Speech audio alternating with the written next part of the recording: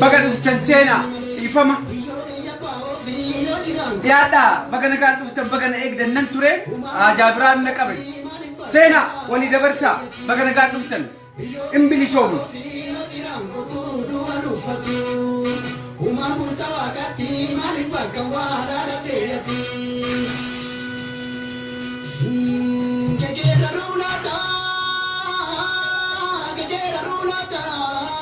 bagan kan uftan Jitu ya jana mawali gonare kaptu bekandabre rabaranu gaye ya koromi jile atigarantane akibaranule bulani lalani rabbi lulani jetere atabore galafta far matinda barre akami kanchalisa tetunu gahuf dentegere jetere tabore galafta far matinda barre akami kanchalisa tetunu gahuf dentegere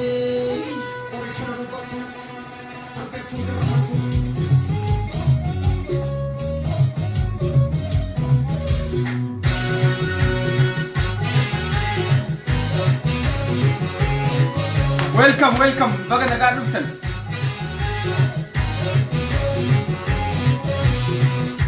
galatoma sena yadda gaba bani share ya wala tibasiyade maritu walitane nan kaje tibasiyade maritu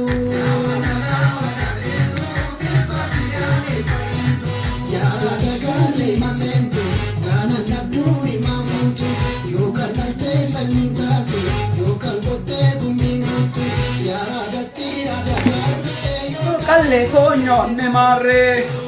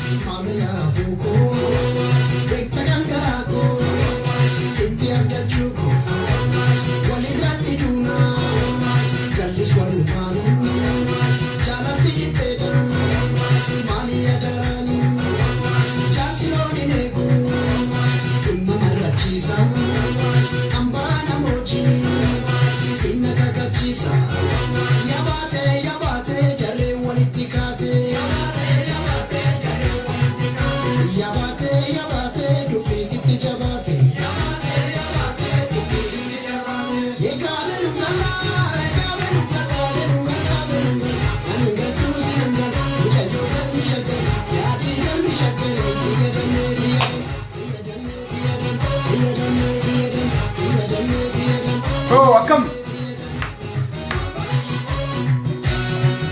Galatoma ya tije baga dagan Musan Oromia. Welcome.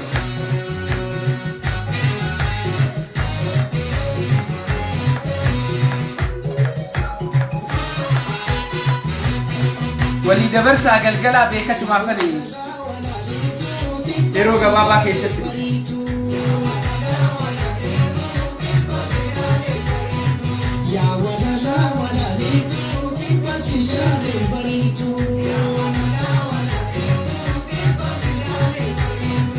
Hello. Welcome. Jirtu. Baga dagan duftan baga jiratkan.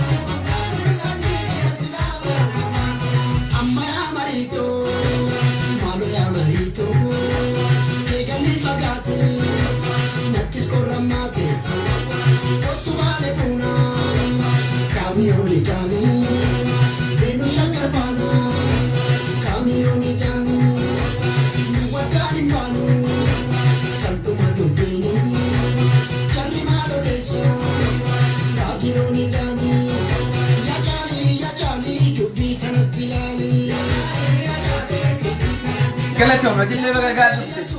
Hundi keessanuu baga nagaan dhuftan.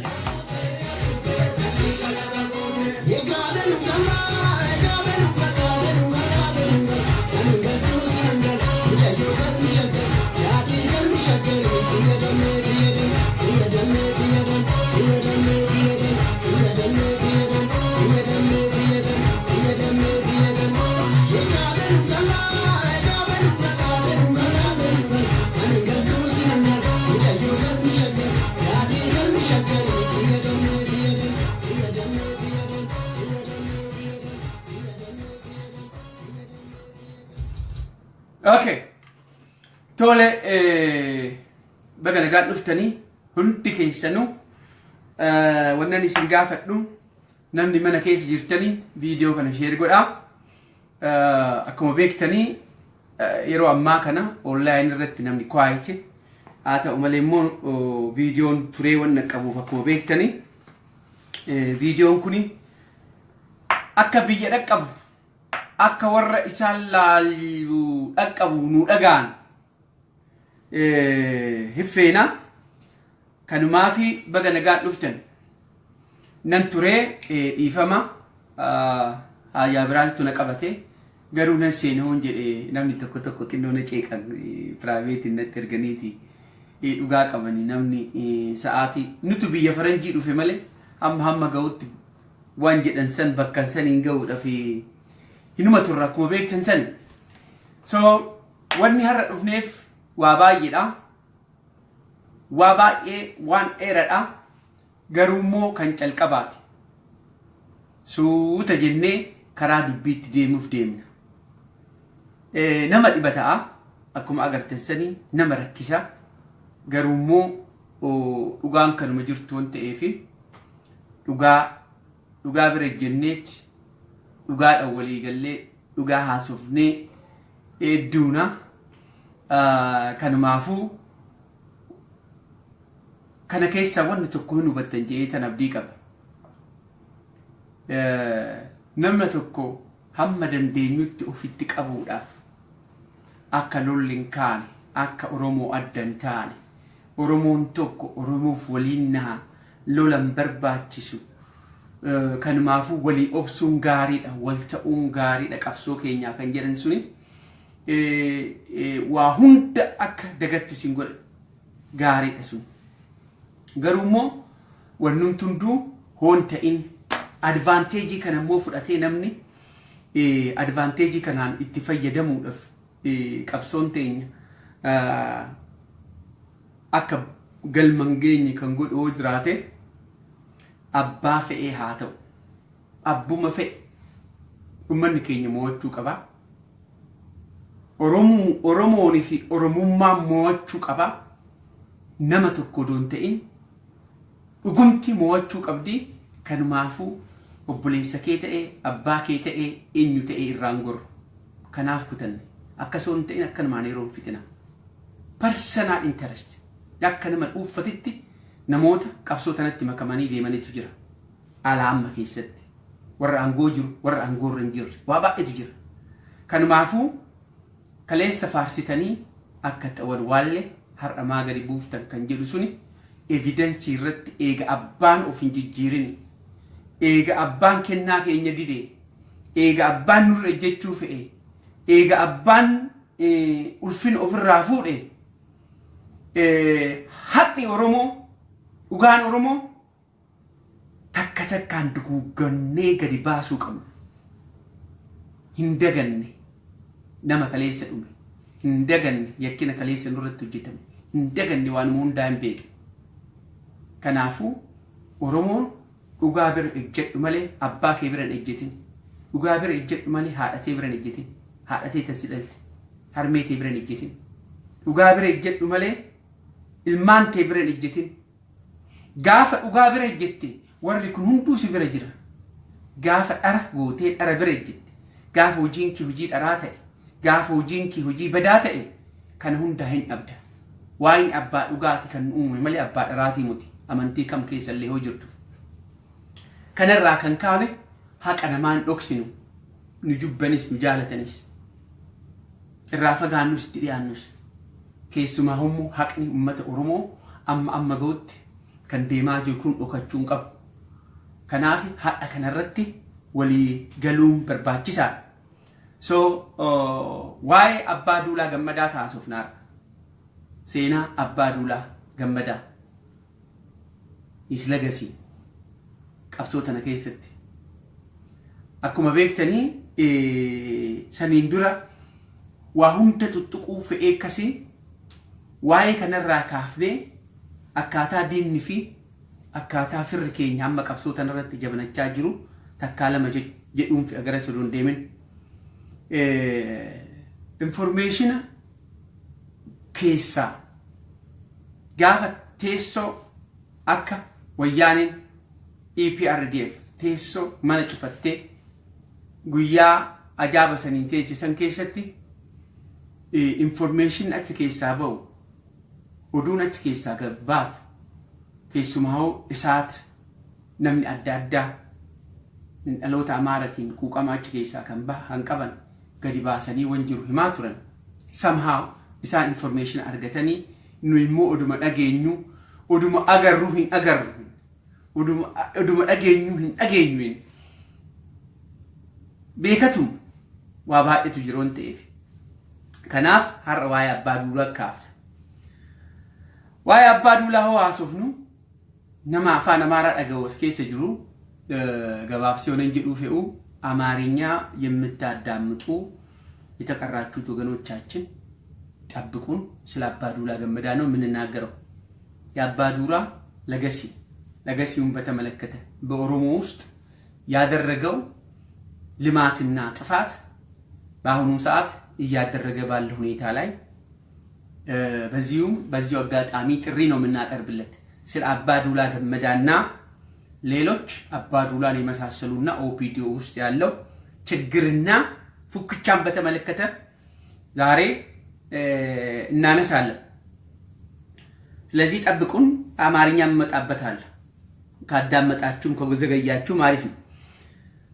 amma waa'ee keenyatti deebi'uu dhafi jara keenya naannoo adda addaatitti rakkina jiru kana oduun adda addaatitu naa dhufan akka nama tokkootitti aktivistoonni keenya kan Oromoo kan online irra jirtan nun tundu akkuma beektan kana amma hammarreessaa keessa rakkina tokkotu jira. Bulchiisni godina Harargee Bahaa kuni warra OPDO taatan keessumaa mootummaan naannoo Oromiyaa bulchiisni godina Harargee Bahaa kun namichi suni xinnoo rakkina qabu fakkaata akkuma nama baalee sanitti oduu baay'eetu dhufa.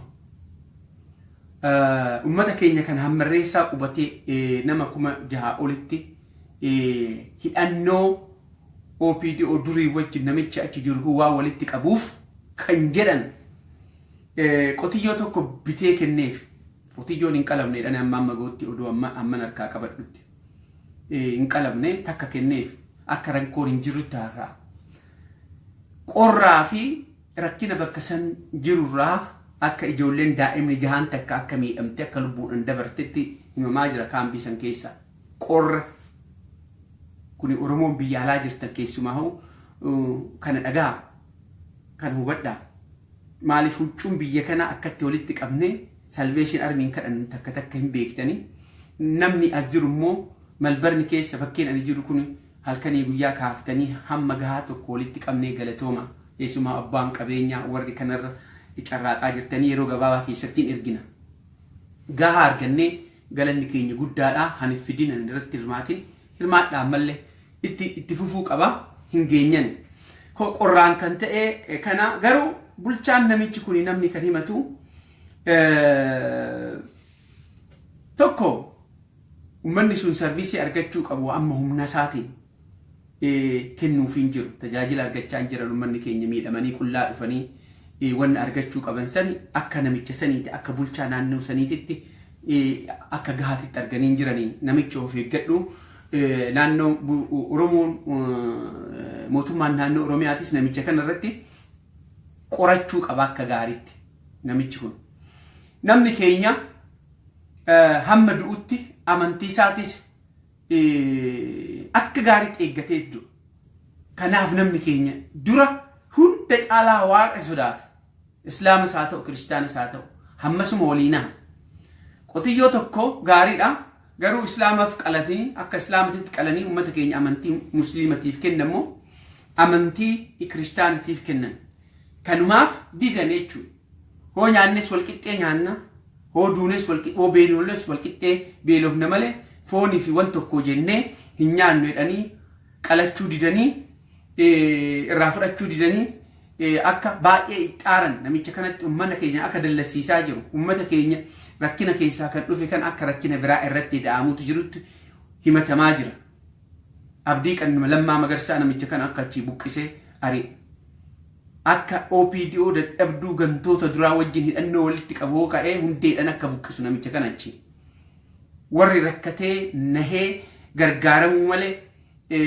rakkina biraa akka ittiin dhufne kan biraa ummata kana kan gargaaraa jiru galata guddaa han argatanii qeerroo awadaa qeerroonni teenya hillolanii ummata ofii biraa hamma qabanittiin firmirmataa jiranii qeerroon awadaa ummata kana akkaataa isaan itti gargaaraa jiranii fi galata guddaa qabna baay'ee akkasumas immoo qeerroon Dirdawa ummata kanaan gargaaramaa jiran bakkee hanqina bulchiisni godina Harargee bahaa rakkina ofirraa qabu san jara kanatu ummata kana waa godhaa jira kana himannoon tokko kan jiru san bira dabruuf kan biraa mee hubannee ilaalla wan miidiyaa ta'uu mootii san biraa akkasumatti bira dabarra ol seentanii seseenaa sheer walii godha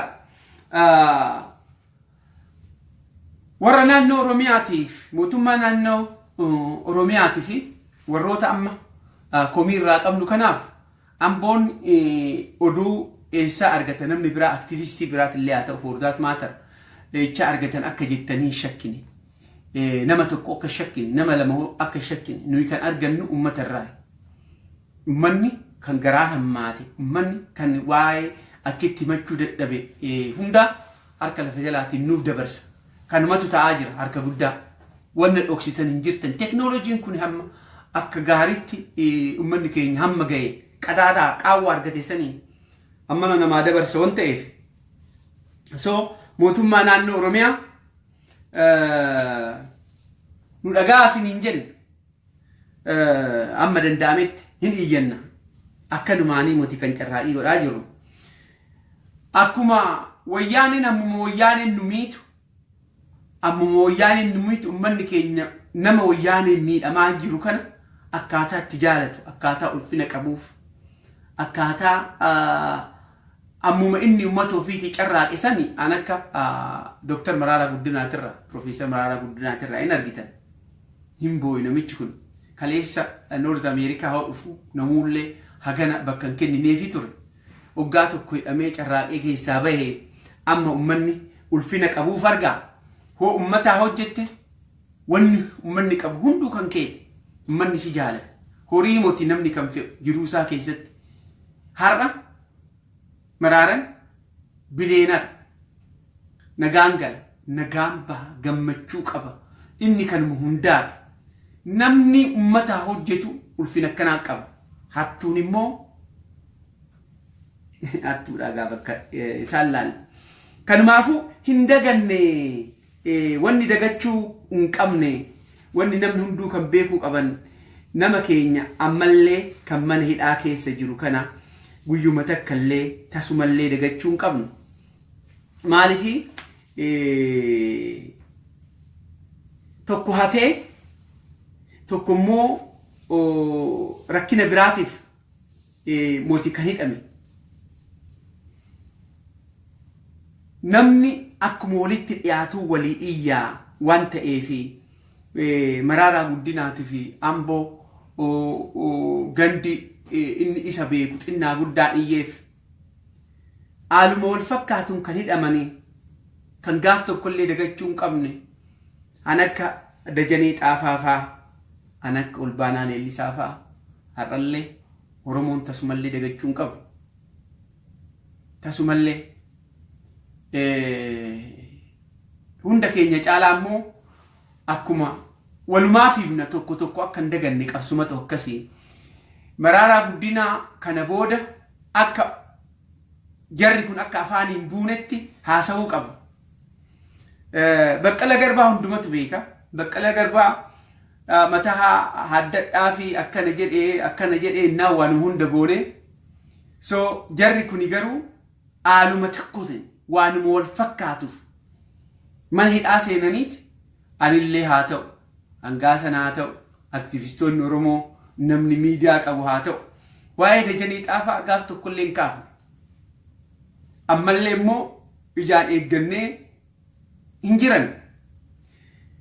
Olbaanaa Leellisaa gaafa Baqqala Garbaa aktivistiin hunduu maqaan kun arraba namaatirraa waan hin buune fi bahee lammata hoo hidhamu an akka Olbaanaa Leellisaa maatiin isaa badee gandi warri isaa Dajanee Xaafaa hataniiti muute.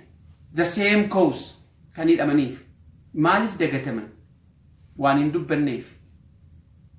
Hookin immoo hammeenyaa odoo hin ta'in gandi Amboo hin falmata. Burraayyuu nama gadi ba'utti waanuma arraba jirru san waanuma ija keecha nu dura jiru namni dadhabaadha. Isuma irra deddeebinee jennaafi malee gootonni keenya kan didan ifama gaafadhaa bahaa jennaanin an akka Dajanee Xaafaa waggaa 11tti murteessanii hin gaafadhu. Ani yoon ifama gaafadhe ummanni falmataa jiru kunis ifama gaafachuu qaba mirga isaatii fi falmachuu dhiiseedhe nama didee mana hidhaa keessa taa'u. Amboonis nuu hunduun kaafu daganneetuma bira dabarra. Garuu hammuman karaa nama angootti dhiyaatu fi guyyaa guyyaadhaan firummaadhaan haa ta'u gandummaadhaan haa ta'u angoodhaan haa ta'u bakka ummanni fi wanni jiru dubbannu kana hammasumatti immoo warra kanaafis quuqamuu qabna. Dhugaa hoo of keessaa kan qaban. Kana booda Olbaanaa Leellisaatii fi Dajaneen hamma mana hidhaa keessaa ba'a. Namni hunduu ila amma kana fakkeenya fankaasa.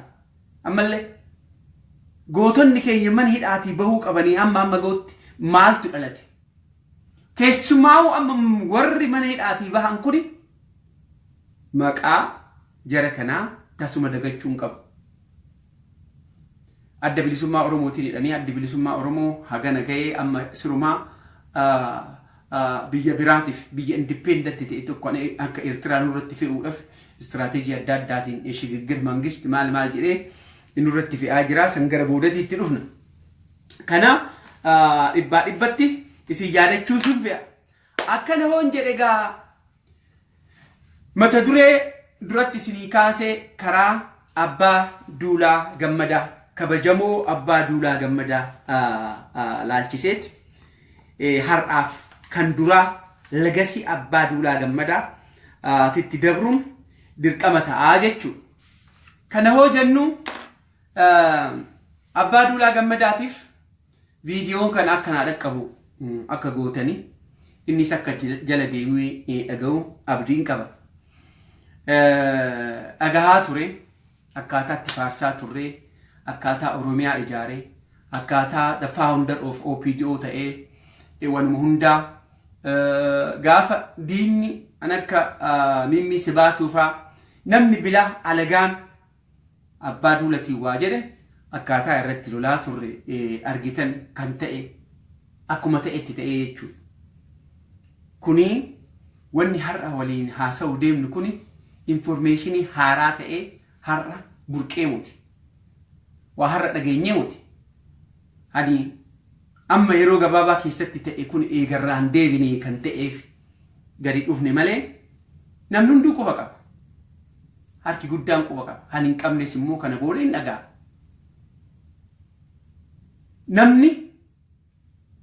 Namni fira ofiitiif hin obsa. Namni ofii hoo waa balleesse barana jabaatina bara geree irraa gurinaa jedhanii bira dabran. San immoo ta'uu baate immoo hin dhufanii jechuudha. Waan godhan hin qaban. So abbaa duulatiin kan gaafannu viidiyoo kana keezii kana hunda waan qabnuu fi kana booda kan jennuun nama tokkollee odoo dubbii biraatiin hin laaqin, nama tokkollee odoo hin komatin, nama tokkollee odoo qubatti hin qabin, akkuma dhaloota urmiina jireenya namaatu ta'e amma har'a gootti waan goote kun akkuma gaatitti sii ta'a. Ulfina warra keetiitiif jedhiiti, ulfina maatii keetiitiif jedhiiti, jiruu tee kan hafteef jedhiiti, wanuma hundaaf jedhiiti siyaasaa tana keessa ulfinaan rizaayinii godhi kana booda. Dhiisi siyaasaa. Nagahee akkuma dheengaddaa sanitti keessaa bahisiin jennu. Kuni gaafii duraati. በጠቅላላ ከፖለቲካ ዓለም ሪዛይን ብታረግ ፖለቲካውን ብትተው ወደ ጡረታ መንደር ብትገባ የመጀመሪያ ጥሪያችን ከነ አፋን አማራቲኒስ አፋን ኦሮሞቲስ አፋን ትግሬቲኒስ ከነ ረዲዴቢኔስ ይህም ኑገሄ ከንጫላ ፍለቹ ወንደንደኝ ፎንቴፍ አባዱላ ገመዳ ቀብሶ ተነቲ አስቅኔት ለሆ ጨልቀምኒ አከ ኦፒዲኦ ትቲ ኦፒዲኦ ከኢጃሪ ደራረተን ኢጃራይ ደራረት ኢጃረምቴ ዳዳቴ በረተኮ ኖ ኑቲ ሲኒ ኢጃሪ ትግሪ ረቴ ደኒ ታሳን አካታ ወንመ እንኒ ጎደለ ሃገዱ ነምኒ ኩኒ አባዱላ አኒ ፐርሰናሊ አመን ቤኩቴ ቹዳ አድቫንቴጂ ኦፊቲ ሃተኡ ኡመተ ብረት ሙለቹ ደፋተኡ ሐመተ ኤጎ ተታፊ ጎዴ ኡመን ኦሮሞ ነምች ኩዋን ጋሪ ሁጅቴ እጀልሲቅ ገሩሞ ወኒ ተኮ ሆዳለቴ ሆሱማ ሚቂራሜ በዴ ዲነ ኬኛ ከናልከኒ ጉያን ፊቱ ጀለ ከነቴ ጀለሲን አባ ዱላ ለኪን አከሲ ተፍራቀብ አባ ዱላ ተከተከ ጀደን ነም ኦሮሞ ነምኒ ዋቀን ከከታ አባ ዱላ ሞ ወያኔ ዳን ከከታ አይደን ኦሮሞ ነው አርት አሙሞ እንገኔ አሙሞ ዋይመት አባ ዱላ ዱጉማ እንተ አሳ አባ ዱላ ነ ከነመ ተኮት ተሐመ እንገዳቲ ተከተን ፋርሳ ቱሬ እስኑ ዋቀ ብረት ከነመ ቤክተን አማራቲ ተመ እንገዳቲ ዲድኔ namni kun nama ijaaru hin danda'a namni kun ummata walitti qaba namni kun xinnaaf guddaa keenya bira ejjeta namni kun ummata oromoo biratti hamma ta'u itti deddeebi'a isa ergatan jenne abbaa duulaa dhugaadha biyya keessa hamma biyya alaatiitti amma diisii ga'utti iskoolar adda addaatiin karaa qabeenya adda addaatiin karaa horiitiin nama baay'ee gargaare kanumaafuu tifoozoo baay'ee qaba nama garaa dhukkubtu jira nama cidhinnanti ka'utu jira nama rifatutu jira amma North America keessa bakka adda addaatitti nama scholarship kenneefi gadi qabee bira daddabarsee gonneefi jira gaafa san so abbaa duula maal ta'ee akkam hammam numii abbaa duulaa kan ijaan agartan kana kan ummanni oromoo hamma ta'e anillee odoonafin karaa wallagga wajjin deemee karaa fantaallee wajjin deemee bara tokko hamma danda'ametti isaa asi wanni xixiqqoo kana malee wanni guddaa abbaan duulaa hawama amma nu miidhe oromoon hubachuu qaba kana booda echarra haa kaan itti fufnaa ijaarsuma bara mallas irra haa kaa. Bara mallas irra haa kaa. Ummanni Oromoo eega federaala kanarra abdii kutatee booda eega rakkinni wayyaaneen akka furmaata finnee fi lola malee eega mo'achuu dadhabee booda wayyaanee tana akka biyya teenya irraa gannu dhiiftu yookiin immoo biyya tana akka bilisaan akka wajjin jiraannu godhuudhaaf tattaaffii adda addaa godhamaa ture. Adda bilisummaa Oromoo dhiisati. Adda bilisummaa Oromoo eega ganee leencoon nu ganee dheechee. Leencoo lataa eega ganee ajaa'aba kana loltoota kana biyyatti dhiisee eega baqatee booda sodaadhanis haa ta'u. Sodaatatu dheeche silaayyuu. Abbaa duulaa hamma ta'e abbaatti ta'ee oduu sossa'uu gaafa duraa gaafa Siyyaa Abrahaa jiru san achirraa kaana biyya tana kan mo'achuu dandeenyu qawweedhaan biyya tana hidhannoodhaan jarattiin tuni wayyaaneen harka akkaataa biyya keenya seente Oromoo hunduu hin beektan. Nuyi dhaqnee wayyaanee uummata Tigree miineetii muti Oromoo. Yookiin immoo dhiibbaa hamma Oromoo irra ga'e kana uummata Tigreetii irra ga'eetii muti. Haa ta'u malee Tigraay haala jiru san keessatti lafa rakkooti. Rakkina jalaa bahuuf nurratti akka dhufan hin beekne. Hamma ta'an immoo wajjin jiraachuudhaan oduu fe'ii qabnu isaan there is no tomorrow for them. Boru hin jiru har'a nu fixanii nu caccabsanii biyya keenya gad awwaalanii waan hunda saamanii deemuu waan fe'anii fi warri abdii gutatee lolaatti gale. Kanumaafuu bara mallas irraa ka'ee gootonni keenya warri qawwee harkaa qaban eega leencoon nu ganee baqatee booda walitti deebi'anii ammas harka lafa jalaatiin waliidhanii mootummaa kana ofirraa fonqolchiisuudhaaf itti ka'a. Siyyaa Abrahaa gaafa san makalaakaa ture. Makalaakaa keessaa akkuma beektanii jecha tokko jedhee ture. Namni yaadattanoo jiraatte. Yoo Oromiyaa xoorinnet እኮ በአንድ ሌሊት እናዳርሳለን jedhee ture. Qeerroon xinnaa fi guddaa hamma dhagaa Siyyaa Abrahaa biyyatti deebi'e eenyu kana waa baay'eetu jira. Akkas jedhe tuffii hammasaan nurraa qabaa ture gaafa san. So namichi kuni obbolaa isaa jahaan Siyyaa Abrahaa obbolaa isaa jahaan walitti qabee Mallas Zeenaawii irraa fonqolchuu tattaaffii TPLF duutu ture Oromoon hin hubata.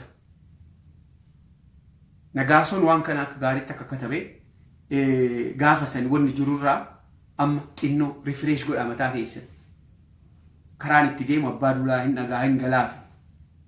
So Siyyaa Abrahaa obbolaa jahaan san makalaakaa keessa wayyaana intisa biyyaa keessa bakka bakka isaa akka fira isaatii ta'u akka mallas ittiin rukutatu eega qophooffatee booda gaafa san immoo han akka jeneraal Kamaal Galchuu Laayibeeriyaa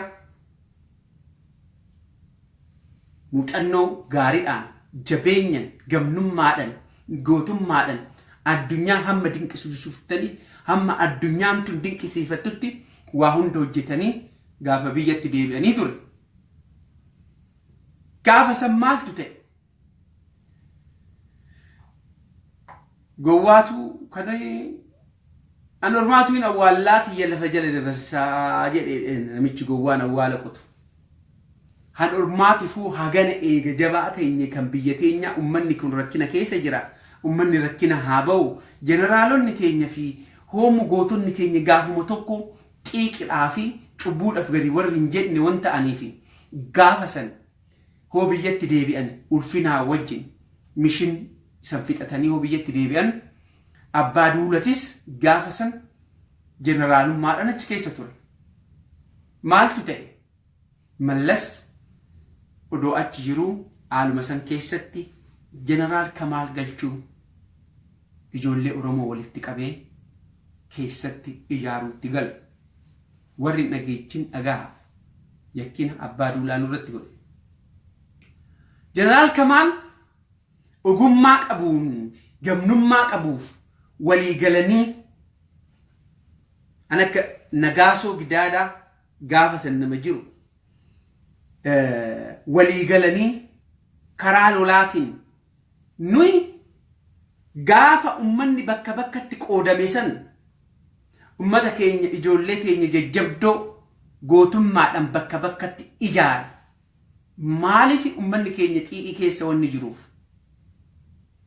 hunduu wan hubataniif mallas gaafa sanirraa ka'ee biyya teenya saamuudhaaf akka nurraan kaane akka nu hireen arganne wan galeefiif gaafa san loltoota ijaaruu itti gahe jeneraal Kamaal goonni keenya anamma har'aatitti illee gootummaadhaan shakkii takka malee odoo garaa isaatii fi qabeenya isaatii fi angoodha fi wanta akkaan odoo sufamin ummata kanaa quuqamaa ammallee bakka leencaa akka jiraatu akka ta'usaaka akka dadhabduu galee harka kennatee odoo hin ta'in so gaafa san maaltu dhalate warri hamma ta'e gruupii tokko Siyyaa Abrahaa wajjin gruupii tokko Mallas wajjin ta'e jeneraal Kamaal garuu didee ofii kiyya angalee Finfinnee galchee Finfinnee karaa lolaatiin nan qabadhaa karaa siyaasatiin an akka nagaa soofaan akka qabatu walii galanii hojiitti seene. Gaafa san warri dadhabinna ofirraa qabanii warri tokko kun egaa akkuma beektanii aloota nu amma gootti kan nu cinqaa deeman kuni an akka kumaa dammaqsaa kunifaa gaafa sanii garee tokko garee Mallasitti goran garee Isiyyeetitti goran kumaa Baacaa Dabalee kan akka Girmaa Birruu karaa Siyyaa Abrahaatitti goran Siyyaa Abrahaa akkan taane godhee Mallas egaa gabaabsuudhaaf lafa seessifnaan jarri kuni kadhatanii jilbiiffatanii garee Mallas Zeenaawititti deebi'an hin hubattanoo ta'e gaafa san Abbaa Duulaa bakka Isiyyee Abrahaatitti dabre Abbaa Duulaa Gammadaa Mallas bakka Isiyyee Abrahaa geesse amma dubbiin akkana galaala nuyi amma har'a ga'utti dubbii tana oduma beeknu huba wajjin nyaanna jetteedhan hisareeni oduma beeknu akkuma leencoolataa nu gane 92 ummata keenya diinaa saaxilee dheechisan hoo ija banatu Abbaa Duulaa Gammadaa Mallas irraa bakkee Makkalaakaa bakkee Siyyaa Abrahaa buunan ijoollee Oromoo haala adda addaatiin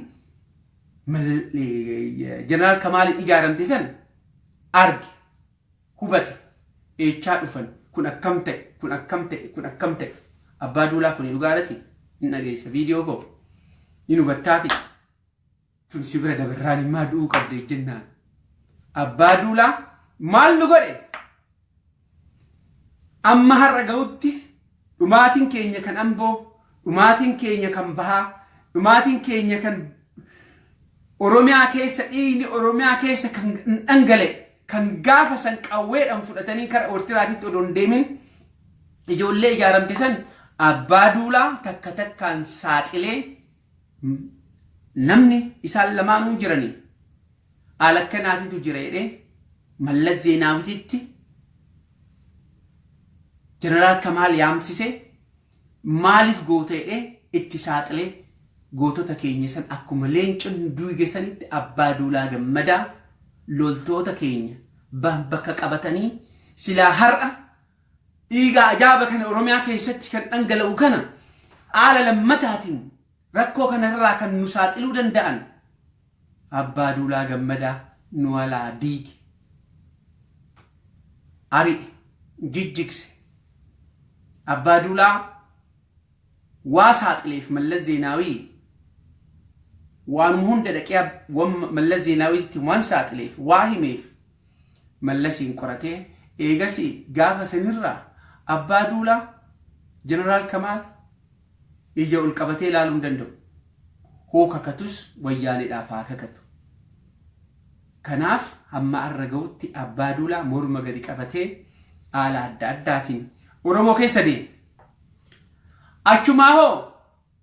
achumaa wannum tunduu qajeelee hin taane waasan diddiigee warroota gaafa san ari'e san Oromiyaa keessaa bibittinneessisan gootota keenya san akkuma dhabnee Jeneraal Kamaal ammas odoon ciisin hamma ta'e an akka Jeneraal Haayiluu Gonfaa wajjin akka beektan gootota keenya jechuudha. Biyya alaa gaafa san kan adda bahanan akka Darrassuu Dhukii kanaa wajjin ijaaree haala lammataatiin tattaafii godhee biyya san keessa ammas odoo carraaquu Asmaraa fi Itoophiyaa hedduutti ammas rakkinni kun dhalate. Amma rakkaa jara keenya Jeneraal Kamaal kuma meeqan bahe gaafa san biyya sanii fuudhee Haayiluu Gonfaa loltoota meeqa wajjin karaa Jibuutitiin karaa Asmaraatiin karaa Keeniyaatiin nama meeqatu karaa irratti uume. Addi bilisummaa Oromoo jireedhanii jechuudha. Karaa tokkoon hin taane asiin immoo hin lolleedhanii odoo gaafsan biyyatti nu hafanii odoo obsanii odoo uummanni ajaa'ibni sun karaa irratti bahee hamma dhumu har'a kun isaanii tokkoon isaanii kan maqaan isinii himu Asmaraa keessatti dhiisati lafa gabrummaa Shaabiyaatti galanii qotaa jiran kuni sila har'a ajjeesanii nurraa fixanii akkanumaan qisaasan ta'anii akkasi. Ka'uus uummata kana dhumuudhaaf kan itti gaafatamu akkuma dheengadda leencoo lataa nu gane san abbaa duulaa immoo keecha taa'ee nu ganee uummanni keenya ajaa'ibni sun unnecessary sacrifice jechuun kana ajaa'ibni sun dhume hin beektaniiti. Amma gaa wal saaxiluuf teenya dhugaa bira wal ejjennee namni du'e armaa du'u kan hafe dhugaa bira ejjete haa mo'atu Oromiyaan bilisoomti jechuun kanarraa kan ka'e kuni uummanni Oromoo xinnaa guddaan Arsii Baalee Tuulama Wallagga namni sin jalaa dhume namni dhiigni ummata keenya koosiin tokko nama kana abbaa duulaa kana hin beekte. Tanaan dura ji'a 3 moo ji'a 4 booda dura waa tokko saaxiluu ka'eetanii itti calqabee waa kana baasuudhaan itti dhiyaadhe achuma immoo namichi kun jijjiirame eega jijjiirame haa hafu dubbiin kun jedhanii gaafa san Lammaa Magarsaatiillee hagana fuulduratti hin dhufne humnaan kutateeti oduma qusannu lakki deebi'ee haa obsinu garaagarummaa dhiisaa wee kan dabre leencoon illee ta'u hunduu ta'u jedhanii namni tokko keessaa dubbiin tun akka hin baane gadi qabannaan itti dhiibne. Egaa 2006 kuma 30 ol loltoonni keenya ammas bahanii sababa Daawit Ibsaatii fi rakkina abbaa duulaa uuman jechuudha. Gantoota lammataa ta'anii dhiigni ummata keenyaa qisaasatti ajaa'ibni sun ni du'e. Dhugaa namni tokko sinii himee namni keenya dhugaa dhaga'ee bitaa mirga laallatee hoodu'e namni tokko namni yartuu hoodu'e humaa umuti. Amma kana fakkaatti dhugaanii walii himaa walii dabarsaa. Viidiyoon kun hundumaa dhaqqabu xinnaa guddaa dhaloota Oromootitti haa dabru. Kuni lagasii of abbaa duulaa. Abbaa duulaa qabsoo Oromoo keessatti waa inni godhe. Namni kuni eegas jechuudha. Eega loltoota kana keessaa fixee Oromoo bubbittisii akka Oromoon lammata ol hin jenne eega goota keechaa filee booda hamma ta'e nama ala jiru kana Oromoon guddiseedhee an akka Juhaar Mahammad dabalatee nama inni itti fe'u karaa alaa respoonsara nama achi jiru achi ergee fafakkeessee amma ga'utti jiraata. Abbaa Duulaa Gammadaa Oromiyaa pirezidaantii ta'ee achumaa waa adda addaa ta'ee anillee dhaqee argee wan fafakkeessa. Akka nama muraasa tokkotti gargaaruu fi nama muraasni tokko advaanteejii argachuu fi Oromiyaan Oromiyaatitti umman Oromoo akka Oromootitti waa argachuu qabu dhabuun garagara. So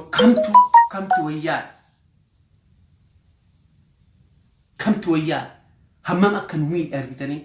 Kanaaf abbaa duulaa qabsoo ta'e kan awwaale kan itti gaafatamu tokko kanarraa ka'a. Abbaa duulaa maal taate? Oromoon immoo mootabe. So kanarraa kan ka'e abbaa duulaa ammas deemee yeroo ammaa kana bakkeen akkaataa inni itti deemu ammallee waan badii kaleessa sanirraa deebi'uu dadhabe.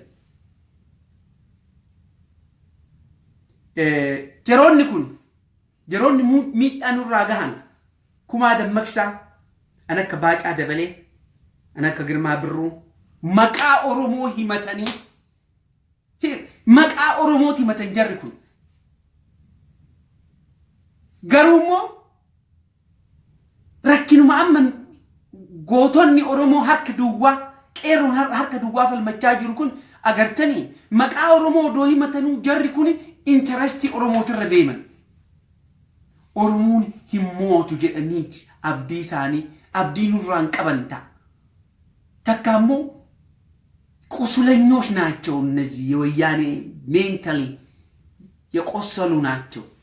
ወያኔ ከከተን ዋቀዲሰኒ ጎኒ ሳኒ ጎኒ ኬኛ ጎፍተን ኬኛ ኡመተ ኦሮሞቲ ዋቃ ገዲቴ ለማ መገርሳ ጎፍቶን ጀረከና ኤገ ጋፍ ሰመለስ ዜናዊ ጅልቢ ፈቺሴ ኤገ ኢፈመ ጋፈተኒ ገለኒ ኤገ አባ ቀቤኛ ታኒ garaa isaaniitiif jiraatan jarri kun akkuma jirutti ummata Oromooti ulfinan qaban issobane afaanis isosobanii qabeenya isaaniiti kan irra jiran. Wannumti tokko waan bakka murteessaa tokko hoogahan wayyaalinoo ijatti babaafte takkistumaan dugda ummata Oromootitti garagalfatan nu ganan jechuun. Kanaaf gantuu jibbina eengaddarraa ka'anii seenaa kaleetti jeneraal Taaddasee Birruu ganan warra kaleessa beektan jechuudha. Seenaa kaleessa gootota keenya gurguratan akkaataa Baharuu Tumsaa itti du'e warruma nama ganuu kanatu qabsoo Oromoo akka ummata Oromoo Oromiyaan akka hin tarkaaffanne nu jalaa godha. Amma hoo yeroo ammaa kana amma maaltu ta'e? Namni waa sadii fi muuti kan jiraachuu qabu. Jarri kun waa sadiif jiraatan. Jarri kun abbaa duulaa warri madaa qabu kun jechuudha. Qabeenya abbaa qabeenyaa ta'uuf, abbaa aangoo ta'uuf, nyaatanii buluuf malee dhuguma lubbuun namni qabuu fi nama uummata ofiitii qabu tasa hin jijjiiramu. Abbaa duulaa engadda ummanni kiyya dadhabee ummanni kiyya kanan qabsaa'eef ummanni kiyya miidhamee resign godhe. Agartanii wan jedhee kakatee achi gadi bahe. Makame qabsootti የህዝቤ ክብር ተነክቷል። የህዝቤ ክብር ስለተነካ እዚህ ሪዛይን አድርግ ያለው ለቅቅ ያለው ስልጣን እንግዲህ ገሪበ ማሊፈካ ወልዴ በኑ ሂሜ ማሊፈካ አንጎት ዴበ ኑ ሂሜ ከዚ አዳዳት ድጅሮና አዳዳ ደገኝ ሃዴ ቡይንድለ ማል ጀነሪ ቃኒ ቀበ ማሊፍ ዴበ ማልቹ አለቴ ሰምቦድ ኤጋሲ ማል ኦጀቲ ገሪ ኡፌ ማል ለቢ ኡመተ ከኝራ አሚሌ ኢንፋርሲና አደንጎል hindaadhanaan hinjabeessina goota keenya ennaan honamni itti tuqeewwan hunda ennaan ala teenye talaalaa dhageettirraa kakannaaf hin ta'uuf maaliif gabrummaa jala jiran waan ta'eef warri mentally gabroome kun wan sodaa of keessaa qabu kun jaroonni kun waaqayyo yookiin nurraa fudhatu yookiin jarri kunis immoo kana booda waaqni isaanii wayyaane waaqni isaanii kana booda wayyaane jiraachuun danda'ani jiruun isaanii duuti isaanii ittiin kakachuu amantiin isaanii jara kana akkuma jirutti wayyaane mallas du'e sodaan mallas isaan keessatti uume nu keecha ari'uu hin dandeenye umman oromoo immoo goota abbaa biyyaa hin ta'a kana booda xinnaa guddaan oromoo kaleessa warri keehoo si dhume har'a iyyummaa keessatti kan nu gate tokko abbaa duulati kanumaafuu amma maal godhe dheengadda akka oduun keessaa akkuma nu bira dhiisati gandi amaara akka fe'itti argetti wayyaane waa waadaa seenteef mimmi sibaatu fi sodaa tokko eega irra buusanii booda humna isaa hin beeka wanta ta'eef cinaa mirgaa waa jedhaniini maal jedhaniin Lammaa Magarsaa Dr. Abiy tiimi ammaa kanaan akka addisuu kan akka shimal kan akka tiimi addaa kana keessaa wanni gaafa tattaafii godhaa warri jiran hunduu ala adda maqaa adda yakkanii hooyidhan booda warra dadhabaa kana jechuudha walitti qabanii ati wasa noonu qajeelchite prime minister taate jedhanii garagalee jechuudha aadaa sasseennani walgahii dheengaddaa kanarratti illee akka inni garagalee ummata keenya irratti waa ummata keenyaa oduun ta'e waa'ee ummata keenya takkaalama yuutarnii ta'e walgahii isa irratti kun isaatirraa dhageenyee keessee zubannoon tokko dhuftee akka dhugaatu fudhannee namni keessa beeku maraatu itti ka'e waa'ee abbaa duulaa nullolleenne gurgurachuu fe'e jechuudha gane gantummaa hamaa okay prime minister ta'a inni biyya doesn't matter afaan illee beeku baate interpreter jala kaanee ni haasu rakkinaa muti dubbatee fi dubbachuu dhabuu fi uumun takka illee beeku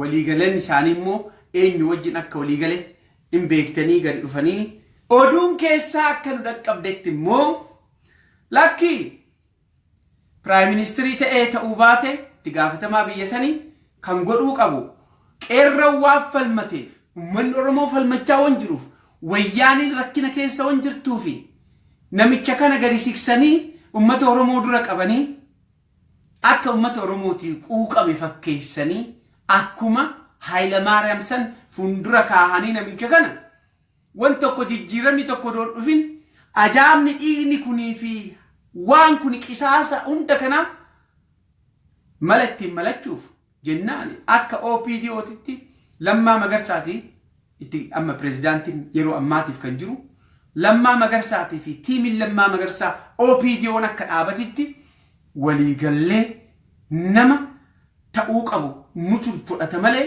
wayyaaneen nama feete nurratti hin keessu kan jedhan mormiin ka'ee haala saniin xinnoo adaba qabatee tiimii biraatiin haala biraatiin gahee proomisa kanaan ol deebi'e namicho የቀድሞው ጀነራል የቀድሞው የኦሮሚያ ፕሬዚዳንት የትላንትናው ምናደንቀው ነሚቻ አባዱላ አመሌነ ደበን ዋባኢ አካቀባ ዱራፈን ኩኒ ጫልቀባፈን ተነሲንንጀ ወነ እንከይሰ ወዳጅሩ ቲኒ ሃራ ከን አኩመ ጅሩት ተጠበምሲሴ አመሌ keessan tiimii biraa oromiyaa keessatti ijaaraa jira abbaa duulaa gammadaa warroota kaleessa tasuma dhufanii tiimii kanatti makamanii hin jijjiirra deebii ummata keenyaa gaafii ummata keenyaaf deebifna Lammaa Magarsaati fi tiimiin kun eega gabbahe jennee OPDO amileetti kenninee wajjin deemaa jiru kana caccabsuudhaaf amma haala kanaan wayyaanee wajjin waliigalee qabsoo teenya ammas dhaafuudhaaf istiraatejii ergate abbaa duulaa ta'eef ta'uu baate hojjechaa jira kun immoo eenyu wajjin amma kan walii kutatanii itti deebi'an anakka Girmaa Birruu hin gorsineedhanii jechuudha Dr. Warqina Gabayyo tiimi nama wajjin jiran jechuun kanaaf hafe those active old group kan isinii galuu qabu moo akka namni kaleessi warri angoorra jiru kuni dallanee diina harkatti akka hin galle akka wayyaaneen ittiin taphanne akka gorsaatitti ta'anii walii galanii wan tokko akka hojjetan ammallee hiree qabanii ture. Agartanii tiimii adda addaatitu jira san keessa jechuun mee amma imagine warri tanaan dura nu saamsisaa ture jechuun tiimii tokko bakka gruupiidhaan Oromiyaa gruupii nyaachuudhaaf sunillee hin taaneef san adda ta'aniiti har'a Abbaa Duulaa Gammadaa tiimii kan diiguudhaaf keessatti Warqina Gabayyoo amma North America aktivistoota North America wajjin ejjennoo warra hin qabne warra dhaaba hin qabne warra halkanii guyyaa siyaasuma xiinxaluudhaa deemu kan hinuma xiinxalan eenyu ejjetanii akka xiinxalan hin beekne hinuma xiinxalan garraraa wanuma argite fakkaatti sanis hin ta'anii kanas hin ta'anii kanas hin ta'an boru hin beekne haasawuma xiinxalan they are on the market warra akka kunoo ሴተኛ ዳሪዎች ራሳቸውን ለመሸጥ በገበያ ላይ ገሩመቴ እትደሙዳፍ ጋፍጋፍ ኩን ኦሮሚያ ጋፍጋፍ ኢትዮጵያ ጋፍጋፍ ኦዲኤፍ ጋፍጋፍ ኦኤፍሲ ጋፍጋፍ ሞ አል ኩኑ ጋሪዳ ሲያሰን አከና የሽርሙጥና ፖለቲካ አገርተኒቲ ወራ አከና ከነሞ ቀበኝ ኦሮሚያት ወርሻሻመኔ ከይሰሞ ይኑ namicha kanaan bitamtanii kantiibaan teenya sun ijarraan kaasiin warra qabeenya warra Warqina Gabayyoo jala deemtan amma Noorz Ameerikaatitti horii bibittisinaa jira. San ta'uu baannan yoo ekspiriyaansii qaba akkana goona Warqina Gabayyoo hin ta'a ittiin sobuudhaaf warri wayyaane leenjifattee abbaatti taate hoolonni wayyaane jarri of hin dandeenye maqaa Oromoo himatanii arras qabsoo Oromoon manni qeerroon walii ta'ee as gahe kana itti siqanii footoo ka'uudhaan jechuudha akkaataa walitti hidhaman takkaan amma hamma duunutti agartanii shaniin akkatti badde shaniin amma hangaasa itti bilbilanii namni jalaan information kennanii fi oduma kana jennu oduma saaxilamtee shaniin bakka jirti. amma mo wayya haddeemti beeka atiin ka ato angasa ziistu non deal amma Isaayyaas Afeworqi immoo amma xinnoo wayyoofnani itti fe'atee dhufuufi including ammallee be ittan deebi'a gulana afaan Amaaraatiin si wayyisiidha warra leencoo lataa kan fiduudha fonteef so wayyaanin gruupii kana gruupii እነዚህ የወያኔ ቁስለኞችን የማይድኑትን ከኤችአይቪ ማገገም ይቻላል መዳን ግን አይቻልም እነዚህ ቁስለኞች እነዚህ ወያኔ ያቆሰላቸው ወያኔ ወር ሰሙሳኒ መደይሴ ከነ ወር ፈዩ እንደንደኝ ከነ ጎቶን ከኛ ኦሮሚያ ቄሮን ምን ከኛ አቦቲን ገዳ ጥና ጉዳ ወር ሲያላዱ ወር ኦሮሚያን ሀቢል ሶምቴ ወር ሁንዱ ጎይ ወሮተ ግሩፕ this old group they are officially ourinam bilis argachu ndandeen jarri kunamma keessa bahanit kanmaafu adabatani akkataan adabachu baannan garu qabsoon teenya tan dura jara keenya ofirra abamsiisu jara kan ofirra abamsiisun dirqamata oromoodha so kanaaf abbaa duula nama odon komati namatti odo quban qabin odo ala jiru kana the rest of your life after regretting gone you just resign from politics it is politica umman gafa santas gabbahid hanafte kan sigay odo ta FB wayan le ittidame jirun adunya tana guyan akkanuma akkuma dalota tuttu itti dukkan hawta hinga hakkas nucee qurra ammalle yuhuda ta'ur ammalle ummata keenya bakka murteessa ta'etti finally bakka murteessa ta'etti ganurra achi siqanii egaa nu hamma ta'e balleessinus tolchinus asiin geenye isinitti hojjedhaa jedhanii you should resign keessaa dhiisi qabsootana keessaa kana booda kana ta'uu baannan garuu viidiyoon kuni ummata kiyya akkana dhaqqabuun fedha ummata kiyya Oromoo dhugaa waan ta'eef namichi kuni isin keessa dhufe hoo waa jedhe horii isinitti kennee hoo isin keessatti waa ijaare including Warqina Gabayyoo PM na godhan jedheeti achiifas deddeemaa jira lallaaqaa jira la'amma wanni inni goone hin jiru he wanted to be clean himself ummanni keenya beelahee ummanni keenya baaleen akkamitti beelaa ummanni keenya Arsii baaleen akkamitti beelaa Tigraay quuftee mee achi jirteenna siyaasaa biyyatti balleessaa so mootummaan amma ta'e uriyaa kennu jedhee amma gootti namichi kun didee jala jalaan immoo warra qabeenya akka dhuunfatitti maqaa keessaniin si gadi dhufa warri hidhannoo Warqina Gabayyoo wajjin fudhattanii abbaa horii taatanii jala deemtanii namicha kana siyaasaa keessa hin jirtan abbaa qabeenya lafa jalaan jechuu warri immoo kaleessa even akka haaraatti tiimii lammaa kanaa wajjin ijaaramtanii har'a Gabayyoo jala deemaa jirtan ijoolleen suni rasaasa isin hin dhiisu manni Oromoo qeerroon takka takkaan isin irra ejjeta ganda keessaa kaatanii amma achi ga'utti look agaa ilaa viidiyoon kun adabruuf maqaa keessan isin beekne you stupid gandoota saree ijoollee saree daa'ummaa keessan gana amma dhuftanii ammuma ummanni qeerroon dhiibee qabsootan asiin ga'e namni keenya Finfinnee hedduutti dhume Finfinnee master plaanitiin nama meeqatu dhume ganda gandatti irra deemanii balleessaa tokko malee ummata keenya fixanii qabsoon tun asiin geesse isin ganda asinitti yaamanii tiimii lammaa kana jalatti fresh group isin ijaaramnaan har'a immoo waan xiqqoo takkaan akka sareetitti Dr.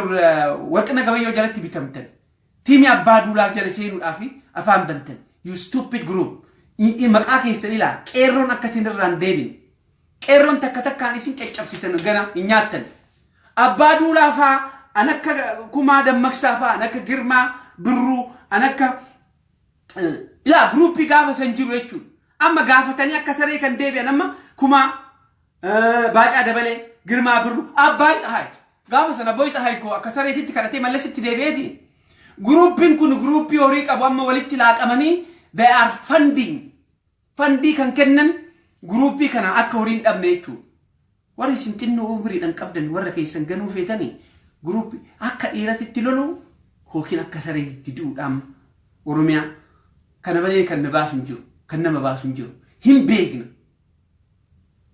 አቃጣሪዎችን በሙሉ እናቃቸዋለን ፍንፍኔዳ አም ኖርዝ አሜሪካቲtti ፍንፍኔዳ አም አውሮፓ ጎት ከሌሰ ሲኒ ቱቄተን ጅራ ተከተካን ሲኒ ገደ ዱፍ መቃ ከይሰን ማሊ ኤኙት ሲንሳጥለ ሲተምቢ አም በአከዱርሰን ነማ ሳጥሉ ማሊ ሞቲ ታንኪዩ መሴንጀር ኩኒ ጉያት ሜቀ ፊደ ለማ መገርሳ ሲኒፈን ወንተ ከተክ ረኪን asi manni keessa waa isin komatu amma harargee baha eenyutu fide namoota kaleessa hattan namoota kaleessa even akka artiitiitti illee hattanii amma namicha tokkotu jira amma maqaa isaa nanni kan gooto eenyu Abrahaam eenyuti Abrahaam Dachaasa moo bakka tokkon jira kaleessa eelaa diraamaa warra hojjetanii keessa ayyaadattanii eelaa diraamaa san namichi kuni gaafa san 100,000 horii hatee dhaaba san diigee amma Dr. Mararaa biratti footoo ka'a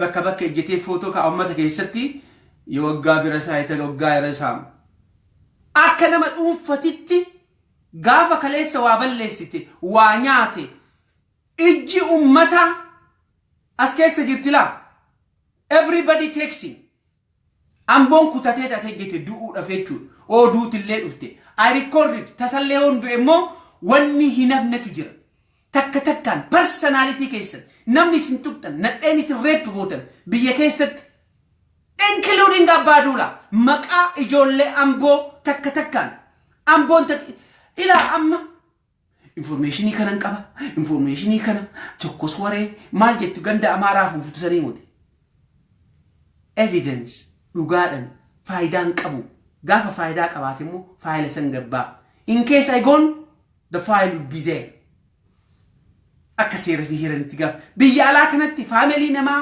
maal tuqiiti ilaal anakka dinquu dayyaas son of a bitch ilma saree tuqi nama tokko gadassi qofraa nama magootti taa'e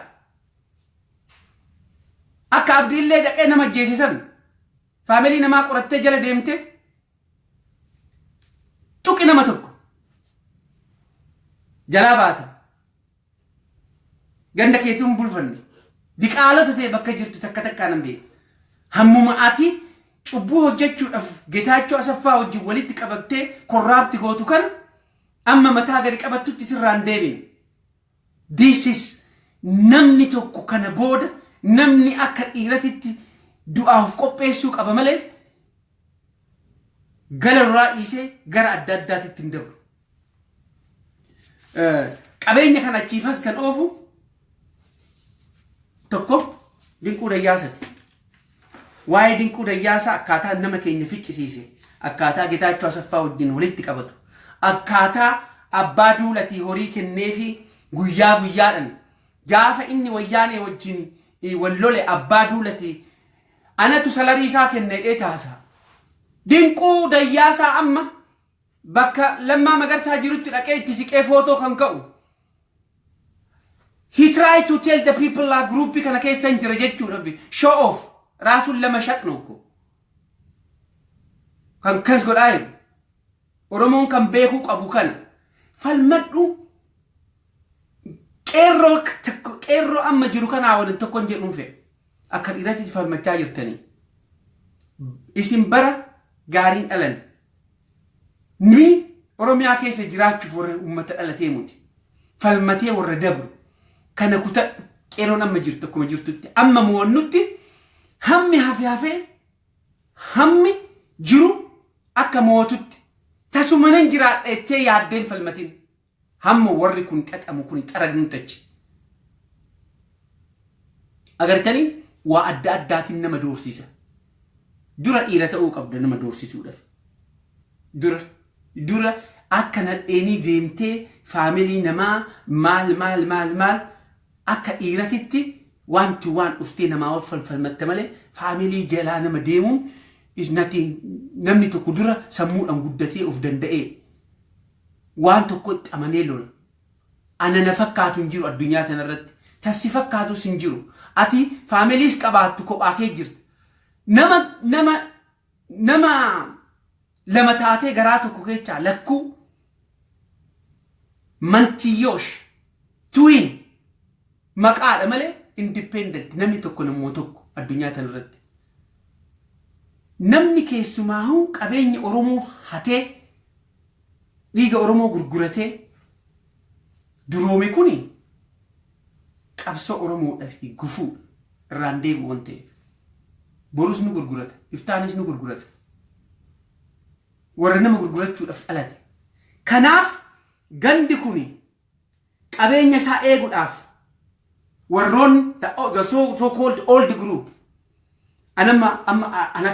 amma groupii anakka Bakarshaaleedha amma Asteer Maammoodha Alaamuddin amma bahee kanaadha hangaaf tokko jechuudha groupii Azeeb groupii waa hatuudhaaf saamuudhaaf lafa keenya fudhatanii haala adda addaatiin soosa'aa jiru kun tokko keechaa luqqifame amma kun immoo ala taa'ee boo amma groupii san keechaa kan gadi buqqaatan jechuudha harka lafa jalaati tokko argitan tokko fakkaata senoo fakkaate san fakkaata aboo dhiiraa akka dhiiratitti loliitii du'e hinuma gahaa wanni nu harkaa qabnu kun nu gahaa walirraan deebinu namni tokko immoo hoo jedhe kutannoodhaan kan biraa ciisee hin bulu kana beeki isa kanan isin jechuufe ditteelii takkaan isinii fida waan deemaa jiru eessaa maal akka haate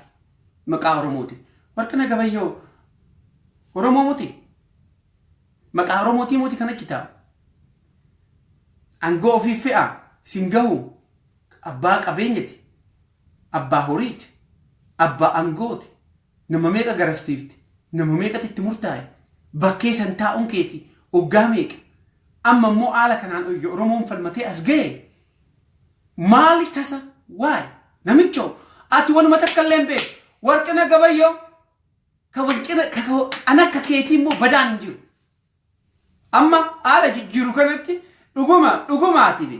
Afaan Ingiliziin beektu, afaan Oromoon beektu, afaan Amaaraan beektu, you are nothing, you dumb. Yaada keetu namni sirraa bitu hin jiru. Warqina Gabayyoo hin miidhamte malee Oromootti. Oromoon kana booda namni gruupiin tokko mootummaan cabsu hin jiru uummata Oromoo. Uummanni Oromoo walii galeetis tuulee nama tokko dhiisiti. Si dhiisiti abbaa duulaa dhiisiti Oromoo hoo waaqarraa gaditti dhufte malee uummata Oromoo kana booda uummanni Oromoo hin cabu. Du'a jala bara dabre waan ta'eef. Uummanni Oromoo kana booda humni Oromoo cabsitu hin jirtu. Kanaaf amma tarkaaffii biraatitti dabarre. Waliyaa obsinu, waliyaa dhiifnu ergaan kun uummata Oromoo bira haa ga'u. Jarattiin tuni amma istiraatejii amma jiru kanaan maaliifan akkatti haasa'isiitan har'a? Wanni keessaa dhageenyu. OPDO'n akka OPDO'titti tiimii lammaa kana cabsuudhaaf bakka tokko hin jiran. Waliin amanan, walitti naqan keessa seenaniitii lallaaqan tokko wajjin akka hin jirre istiraatejii adda addaatiin, oduu adda addaatiin diina walitti godhan tiimii ijaarame kan tiimii haaraa kana keessa seenanii kutannoo hoo qabaatti Lammaa Magarsaatti siqiitti Lammaa Magarsaa wajjin jedhu. Nu immoo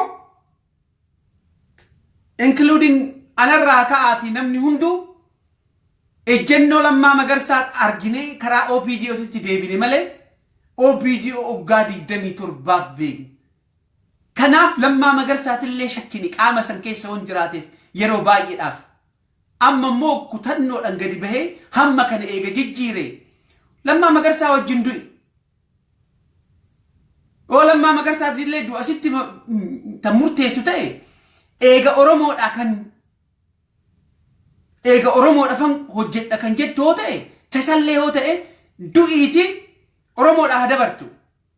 Uummanni Oromoo keenya haa dabru dogongoraa fi malee ani uummata Oromootifan dalagayii dogongora illee yoo ta'e Lammaa wajjin jedhu dura. Yookiin immoo diignee haala biraatiin itti adeeminu. Agartanii namni Oromoon bakkeen itti tokko taate amma tiimii Lammaa ijaare kana jalatti biraanchii biraatii fi oduu adda addaa tiimii kana addaan diiguudhaaf wayyaaniin horii millions amma North America ga'utti. Kanaaf namni ayyaan laallattoota boru humna eegaa jira namni tokko. Aktivistiin Oromoo humna eegaa jira. Gadi bahee ejjennoodhaan kanatu gaariidha. Asitti maxxannee humna tokko godhannee jarattii tan ofirraa haa kaasnurra. Agartanii? So dhugaan jirtu kana jechuudha. Abbaa duulaa tan hamma kana hongurra buuse afaan Amaaraatiin akka Tigreen dhagayju raafilii irra deddeemee rabbi hoo jedhee torban dhufurraa kaasnee haala jiru kana takkaan walii himuuf ta'e akkasuma Warqina Gabayyoo siifan dhufa warra tiimii amma nu laaqaa jiru kana abbaa duulaa bakka dhaabirraa siifan dhufa yakkinaati goote fi rakkina hoo qabaatte yookiin immoo resign goote nagahee waan kana nan dhiisa hoo jettee it is good. Oromoon garuu wayyaaniidhaafis kan himnu jara kana achi keenyee tasuma akka fudhannu hin diigamti malee duuti malee saree ijanni kan jedhaniiti amma abbaa duulaa amma Warqina Gabayyoo prime minister yookiin biyya sanii itti gaafatamaa ta'u Dabratsiyoon nu wayyinu. One to one diina wajjin kokkee wal qabna maqaa keenya fudhatanii achi taa'urra. Duuba ta'anii namaan lolurra fuuldura bahanii goote ijaa maa irratti waliin lollu qabna diinummaa qabna. Akka firummaa uummata keenya iddoo yaa'aa nutti hirkataa akkatti nutti hirkatanii uummata keenya miidhuun hinuman ta'an. Kana booda akkasii har'aasuma irratti hin dhaaba afaan Oromootiin waa baay'eetu jira. Xinnoo bireek kana fudhadhee afaan amaaratiin itti dabra akkasi wayyu waliin galle fayyaata ana eegu keessaniif kanumaafu afaan sirba takka namman xinnoo tasgabbaa'utti ትንሽ ተረጋጉና ወደ አማርኛ ገባለሁ አንድ ዘፈን ባገኝ ብዬ ነበር ግን አማርኛ ዘፈን የለም ምንድነው ገለቶ ማጀራ ከኛን ኤጋ አፋን አማራቲን ሞ ወንጀሉ ቀምና የሚኒሊክ ሰፋሪዎችንም እና ሌሎችን ጨምሮ ትንሽ ከትንሽ ሰከንድ በኋላ በአማርኛ ቀጥላለሁኝና ምን አለን እስቲ አማርኛ ዘፈን የለም እንዴ ይሄ ሰውዬ ጥሩ ነበር አይ እጄ ላይ ስለመጣ ነው ጠፋችሁ ገባ በሉ የሚቀጥለው ፕሮግራም በአማርኛ ነው ፉት ልበል እስከዛ ዌልካም ገባ በሉ ወያኔዎች የሚኒሊክ ሰፋሪዎች የአማራ ህዝባችን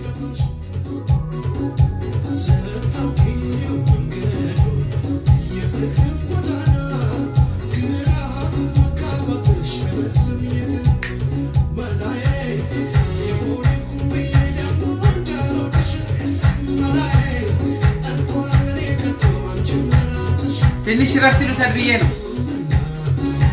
በሸንና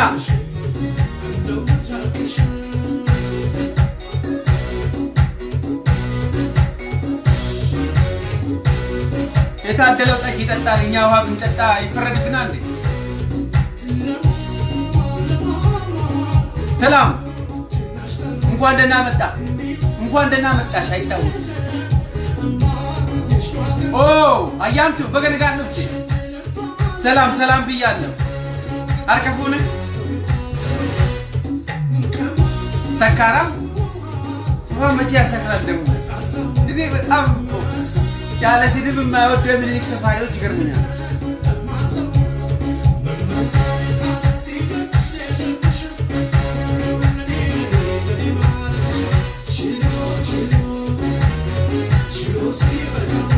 አዲስ ነገር አለ ስለ ካዲዎችን በተመለከተ ሪዛይን ማድረግ ያለባቸው ወታደር ማድረግ ያለባቸው ሰዎች እናወራለን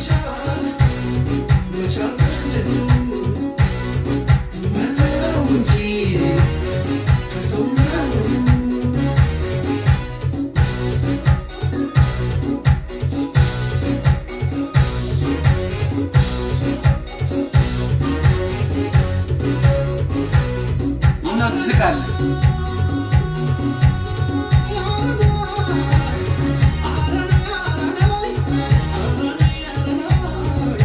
ድሮስ ክስታችን ነበር አሁን ነው የረሳሁት አሁን ደግሞ ትሬኒንግ ያደረግኩ ነው ደህና አስተልኝ እንኳን ደህና መጡ የተከበሩ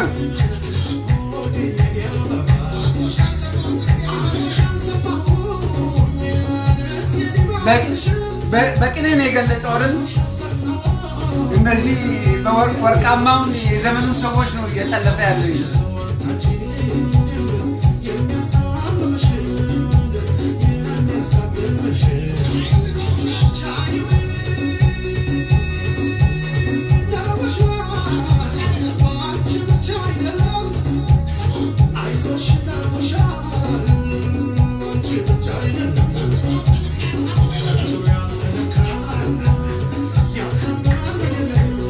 ወያኔ ያልታመመ የለም ያልተገረፈ የለም ያልተሰቃየ የለም ያልተናደደ የለም ለማለት ነው እኔ ነው መቼም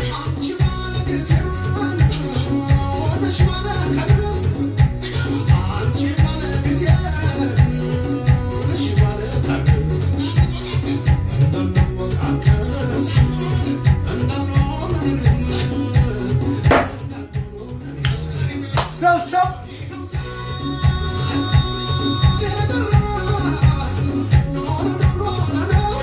Hi, Kerro.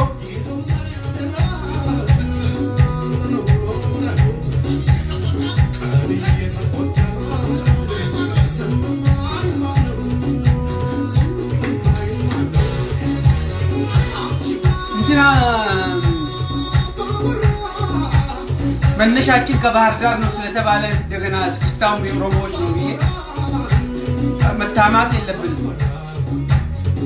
ስለዚህ ለገብ ሲስተም ያስፈልገናል።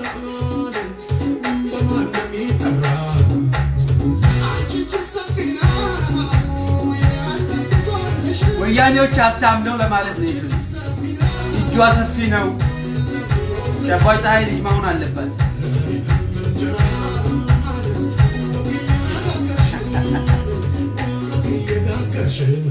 ኦኬ በጣም አመሰግናለሁ። ዘፈኑን እንግዲህ ሌላ ጊዜ እንመለስበታለን። እንኳን ደህና መጣችሁ። እንደተለመደው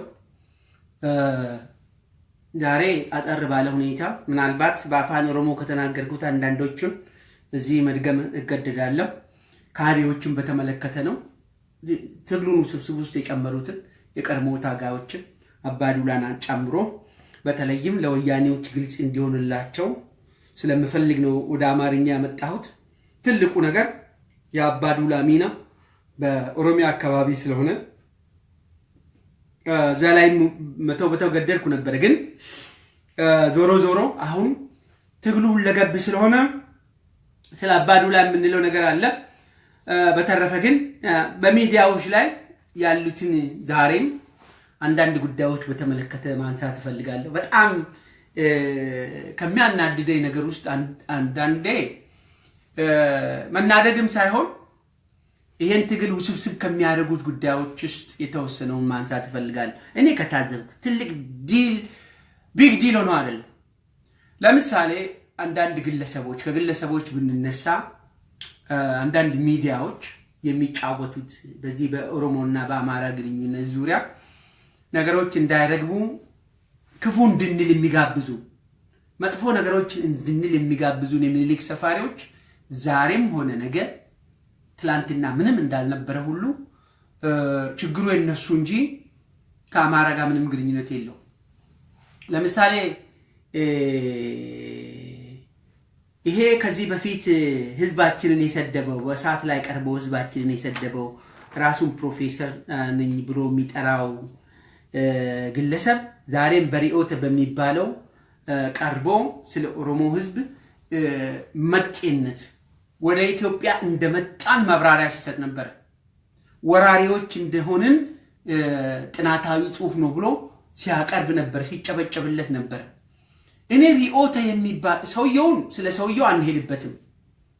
ምናልባት ያልሰማችሁ ሰዎች ካላችሁ ይሄ ሰውዬ በደቡብ ውስጥ ወንድሙ ከዚህ በፊት ኦሮሞዎችን ስለሰደበ ቅጥቅጥ አድርገው እንደውሻ ገንጥሎ ስለጣሉት ያን ለመበቀል ነው እየሰደበን ያለውና ጥናታዊ ጽሑፍ ሳይሆን ቀጥታ ህዝባችንን ለመስደብ የሚያደርገው ነገር ነው። የማታቁት ይሄ ፕሮፌሰር ተብዬው የውሻ ልጅ ህዝባችን እየሰደበ ያለው አንዴ መጤ፣ አንዴ ጋላ፣ አንዴ ምናምን እያለ የሚሰድበን ያቃል ምን እንደተፈጠረ። ሪቬንጅ ነው። ልክ ተመሳሳይ እብሪት አለባቸው ያ ፋሚሊና ከዚህ በፊትም ተመሳሳይ ነገር ብሎ ህዝባችን አይቀጡ ቁጣ ከቶታል። የሱ ዘመድ ነው፣ ወንድሙ ነው። አሁንም ውጭ ሀገር ተቀምጦ ዛሬ ኢትዮጵያ የተባለችዋን ነገር ለኢትዮጵያ መኖር፣ ለኢትዮጵያ መገንባት፣ ለኢትዮጵያ ከወራሪዎች ከጣሊያንም ይሁን ከዛ በፊት ኦሮሞ ከፍተኛ ድርሻ አለው ተብሎ በሚሰበክበት ሰዓት ወጥቶ ደግሞ ወረው ነው ኢትዮጵያን የያዙት ኦሮሞዎቹ የሚል ሰበካ አካሂዷል። ይሄ የሚያስተሳዝብ ነው። ስለዚህ እኔ የሱ አይደለም የዚህ ሪኦት የሚለው ሁለት ልጆች ናቸው የሚያቀርቡት። አንደኛው አይነ ስውር ነው። ይሄ አይነ ስውሩ ልጅ አንዳንድ ጊዜ እግዚአብሔር ምንድነው የሚባለው የልቡን አይቶ እባብ የልቡን አይቶ እግር ነሳው የሚባል ነገር አለ። እግዚአብሔር እባብን ሲፈጥረው ክፉ እንደሆነ አወቀና እግር ነሳው። እየዞረ ሁሉንም ይነድፍ ነበር ማለት ነው። እኔ አይነ ስውራን እህቶች ወይም ወንድሞች በጣም ብሪሊየንት ናቸው። ምክንያቱም አንዱን ሴንስ ስላጡት አንዳንዶቹ ለበጎ ነገር ሲጠቀሙ ያ ሴንሳቸው እንዳውም የሚያየው ሰው አንዳንድ ጊዜ እዛም ሐሳቡን ይበትናልና በጣም ፎከስ ስለሚያደርጉ ጥሩ ሰዎች ይመስሉኛል። አእምሯቸውን ወደ በጎ ነገር ስለሚወስዱ የዓለምን ክፋት ስለማያዩ ቢያንስ ይሰማሉ እንጂ በዚህ ዓለም ላይ በሙሉ በአብዛኛው ክፋት ነው እየተካሄደ ያለ በጣም አስቀያሚ የሆነ ክፋት ያን ስለማያዩ አእምሯቸው ቅን ስለሚያስብ በአብዛኛዎቹ በአስተሳሰብ ደረጃ አይነ ስውራ ብሪሊየንት ናቸው አማኞች ናቸው የሚያፈልቁት ሐሳብ በጣም በጎ የሆነ ሰውን የሚያስታርቅ እጅግ በጣም ትልቅ ነገር ነው ይሄ ሪዮት የሚባለው እውር ሰይጣን ግን በተለይ ለኛ ለኦሮሞዎች ላይ ያለው ጥላቻ የእባብ ልጅ ነው ለዚህ ይመስለኛል ብርሃንን ሳያይ ወደ ሲኦል እንዲሸጋገር እግዚአብሔር ቀጥቶት የፈጠረው ቅጣት ውስጥ ያለ ሰው ይመስለኛል እያንዳንዱ በሚናገርበት ሰዓት የተንኮል ነው የደባ ነው ጣቶቹ የሚያነቡት የሲኦል ልጅ ነው የሳጥናኤል ልጅ ነው ከዚህ በፊት አንድ ባህር ዳር ላይ ነው መነሻችን ስለ ክርስትና ብሎ ኢንተርቪው ያደረገው ያ ዶክተር እንዴት እንዳሰቃየና እንዴት ሰድቦት አቃሎት እንዳባረረ ከስቱዲዮ ሰውዬ ወጥቶ እንዳለቀሰ በክብር እዛ ቦታ ላይ ሳት ላይ ያስቀምጡ እንዲጻፍክ እንዲያደርግ ብሎ ሙልጭ አርጎ ሰድቦት እያንዳንዱ በኦሮሚያና በኦሮሞ ህዝብ ዙሪያ በሚነሳው ጉዳይ ይሄ እውር ጠንጋራ ሪዮት መቼም ታዳምጣለህ ስለማታይ አንተ የሰው ልጅ በኦሮሞ ህዝብ ላይና በኦሮሚያ ላይ የምታደርገው በኢትዮጵያ ነሳከ የምትናገራቸው ነገሮች በሙሉ አንተ የውሻ ልጅ አንተን እኛን የሚመጥኑ ነገር አይደለም ለዚህ ነው እውር የሆንከው አሁንም ከዚህ የበለጠ ከጨለማ ወደ ጨለማ ነው የምትሄደው መሰሪ ሰው ነህ በጣም መጥፎ ነገር እንድንናገር ነው የምታስገድደን ስላንተ መጥፎ ነገር መናገር ፈልጌ ሳይሆን አንተ ከጋበስከኝ ግን አንተ የውሻ ልጅ እዚህም ብርሃን እንዳላየ ሁሉ ወደ ሲኦል ነው የምትሄደው አሁን በመታደርገው ተግባር እኛ ሀገራችን መጤዎች አይደለንም እኛ ኦሮሚያ ናት በኦሮሚያ ላይ ነው ኢትዮጵያ የሚባለው ስም የመጣው እኛ መጤዎች አይደለንም ስለዚህ ዓለምን ሳታያት ይሄን ያህል ክፉ ከሆንክ ብታይ ኑሮ ምን ያህል ጥፋት ታደርስ ነበር በዚህ ዓለም ላይ ምን ያህል ሂትለር እንኳን እንዲ ነገሮች እሳት ክብሪት እሳትን ጭራ ብዙ ነገሮችን ታጠፋለች ዋናው መጫሩ ነው እንዴት የሰው ልጅ ለማጣላት እሳት እንደምትጭር አእምሮ በሙሉ ያ የታወረው አይነ በሙሉ የሚያሰላው የኦሮሞን ህዝብ አንደርማይን ለማድረግ አይን ያላችሁ ሰዎች በሴንሳችሁ ያላችሁ ሰዎች አንዱን ሴንሱን ስለቀማው ትልቁ ማየት ነው ይሄንን እግዚአብሔር ይቀማው ይሄ አይነ ስውር ለሌላው ሰው እንቅፋት እንዳይሆን ለሱ መልስ ለመስጠት ሁሉ ጊዜ ተጠንቅቀን እስካሁን ድረስ እያዳመጥነው እየሰማነው መተናል ይሄ የውሻ ልጅ ያችን ምድር አያትምም አይረግጣትም ያችን ምድር ሳት ኦሬዲ ማየት ስለማይችል እኔ ትንሽ በጎን በኩል አይኑን ሳው ይቀፈኛል ይደብረኛል ታታስማኛለህ ትልቅ መንስተር ፈልገ ግዛ ውስጥ ሲኦል ነው ማለት በዛ በተቀረው ጉድጓድ ውስጥ ለምን ፐርፐዝሊ እኛን አግሬሲቭ የሚያናድደን ነገር ስለሆነ ይሄንን ፕሮፌሰር ተብየው ኬዝ አለው ይሄ አይነ ስውር ግን ይሄው የውሻ ልጅ ለምን እንደሚሰርበን አይገባን እንደ ህዝብ ነው የሚሰርበን እንደ አንቦ አይደለም እየሰደበን እንደ ህዝብ ነው የሚሰርበን ለምንድን ነው ማርፎ እሱ ነው ስለዚህ ልጅ አስተዳደጉን አካሄዱን ይሄ ሪዮት የሚለው ሚዲያ እስከሚዘጋ ድረስ ተከታትለን መልስ መስጠት ግድ ይለናል ካሁን በኋላ እቲ ጥሬ ካደረች አትቆርጠም የሚባለው ነገር ስለሆነ አሁን ኦሮሞዎች ተኝተን የምንጠቃበት ዘመን አይደለም በሚሊዮን የሚቆጠሩ የኦሮሞ አክቲቪስቶች አሉ ስለዚህ ወይ ከኛ ወይ ከሱ ነው ይሄ ከሱ ጋር የምታሸረጉዱት የሚኒሊክ ሰፋሪዎች ቦታ የላችሁ ስለዚህ መልስ ይኖረናል ባጭር ጊዜ ውስጥ ነው ሌላው እሱ ስለፈለገው ነው ለምን ሰደብከው ለምን ውራርከው ምናምን እንዳትሉ ሲያከብሩን እናከብራቸዋለን ዝቅ ሲያደርጉን ደግሞ ከቻልን አንገታቸውን ጠምዝዘን ጉድጓድ ውስጥ እንከታቸዋለን we come all the long way ከወደቅንበት ነው ተነስተን እየመጣን ያለ ነው ስለዚህ በስድብ ነው የህዝባችንን ሞራል መንካት የፈለጉትና በተረፈ በዛው መንደር የሚሰማው የዚህ የሽግግር መንግስት ነው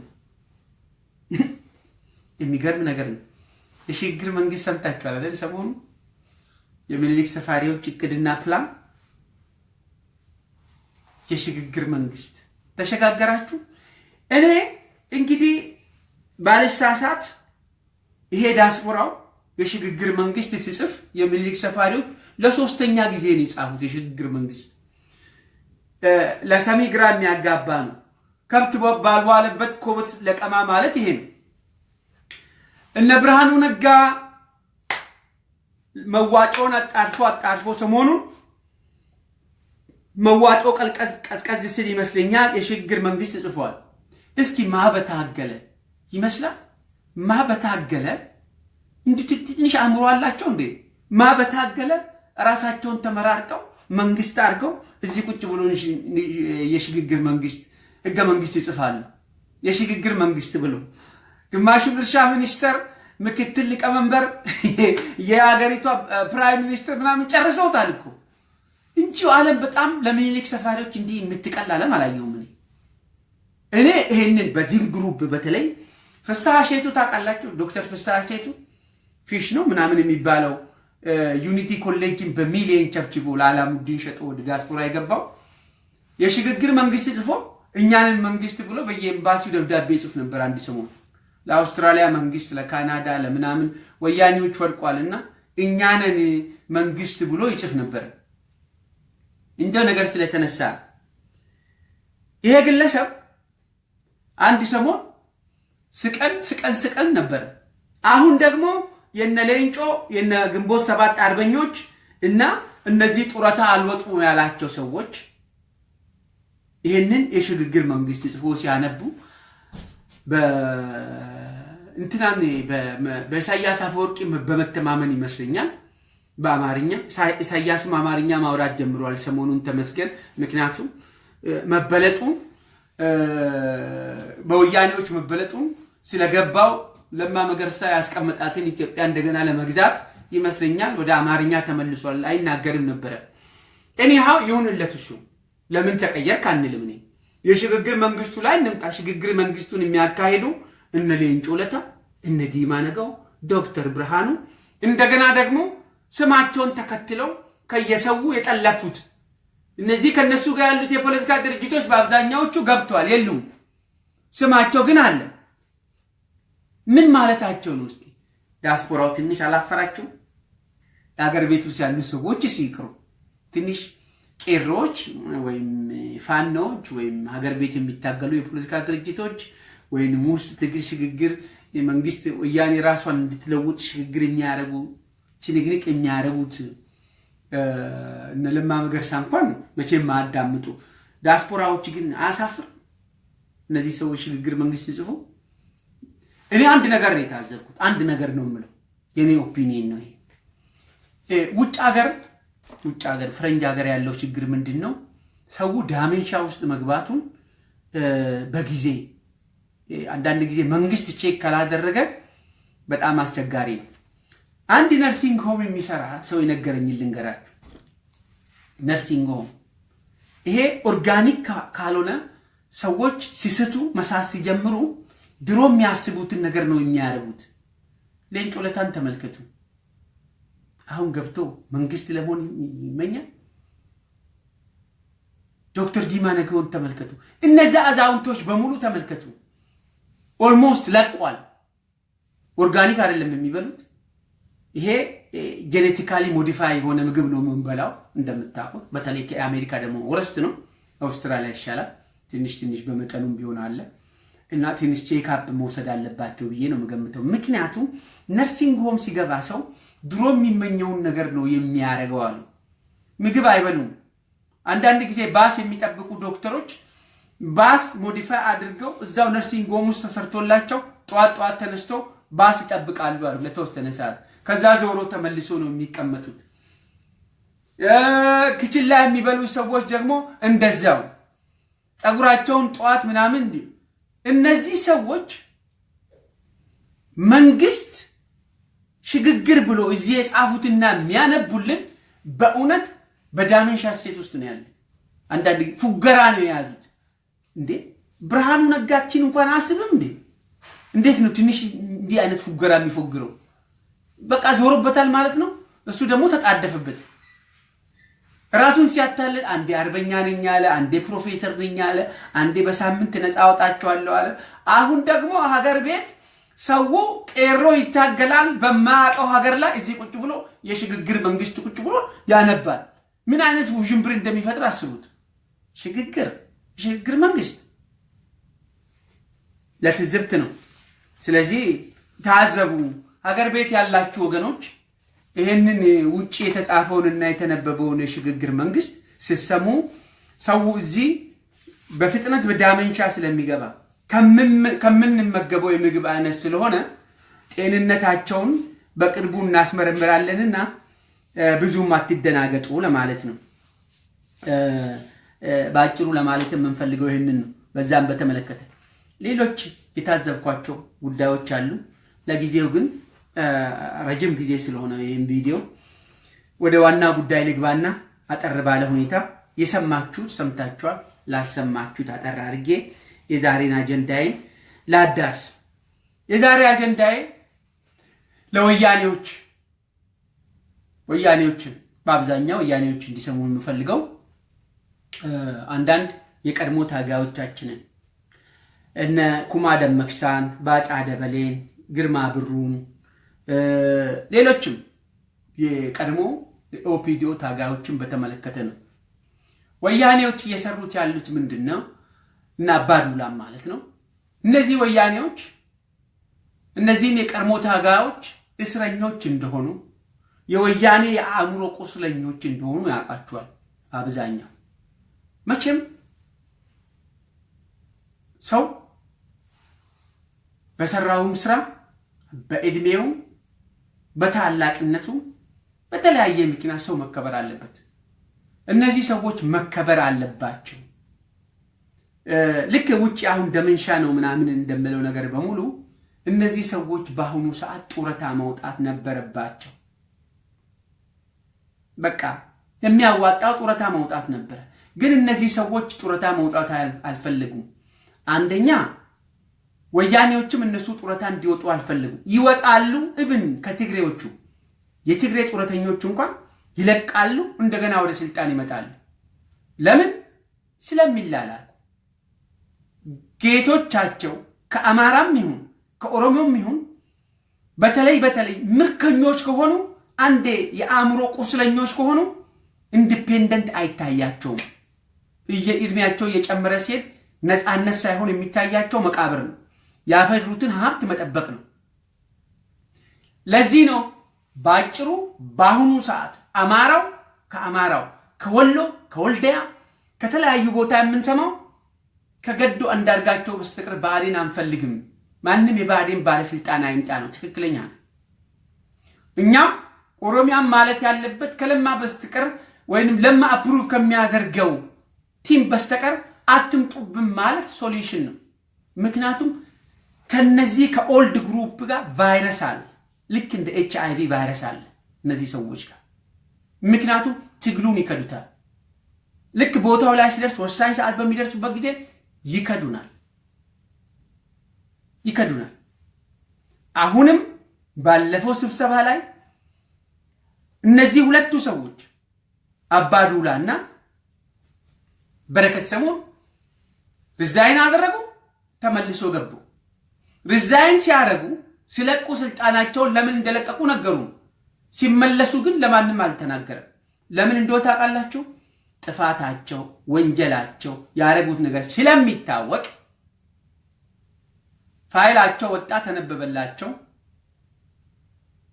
እነሱ ከፈጣሪ በላይ ዛሬ የሚፈሩት እነዚህን ሰዎች ስለሆኑ ተመልሶ ገቡ ከዱ ትግሉን አባዱላም ከዳን እንደገና ተመልሶ ወያኔዎች ይሄንን ስለሚያውቁ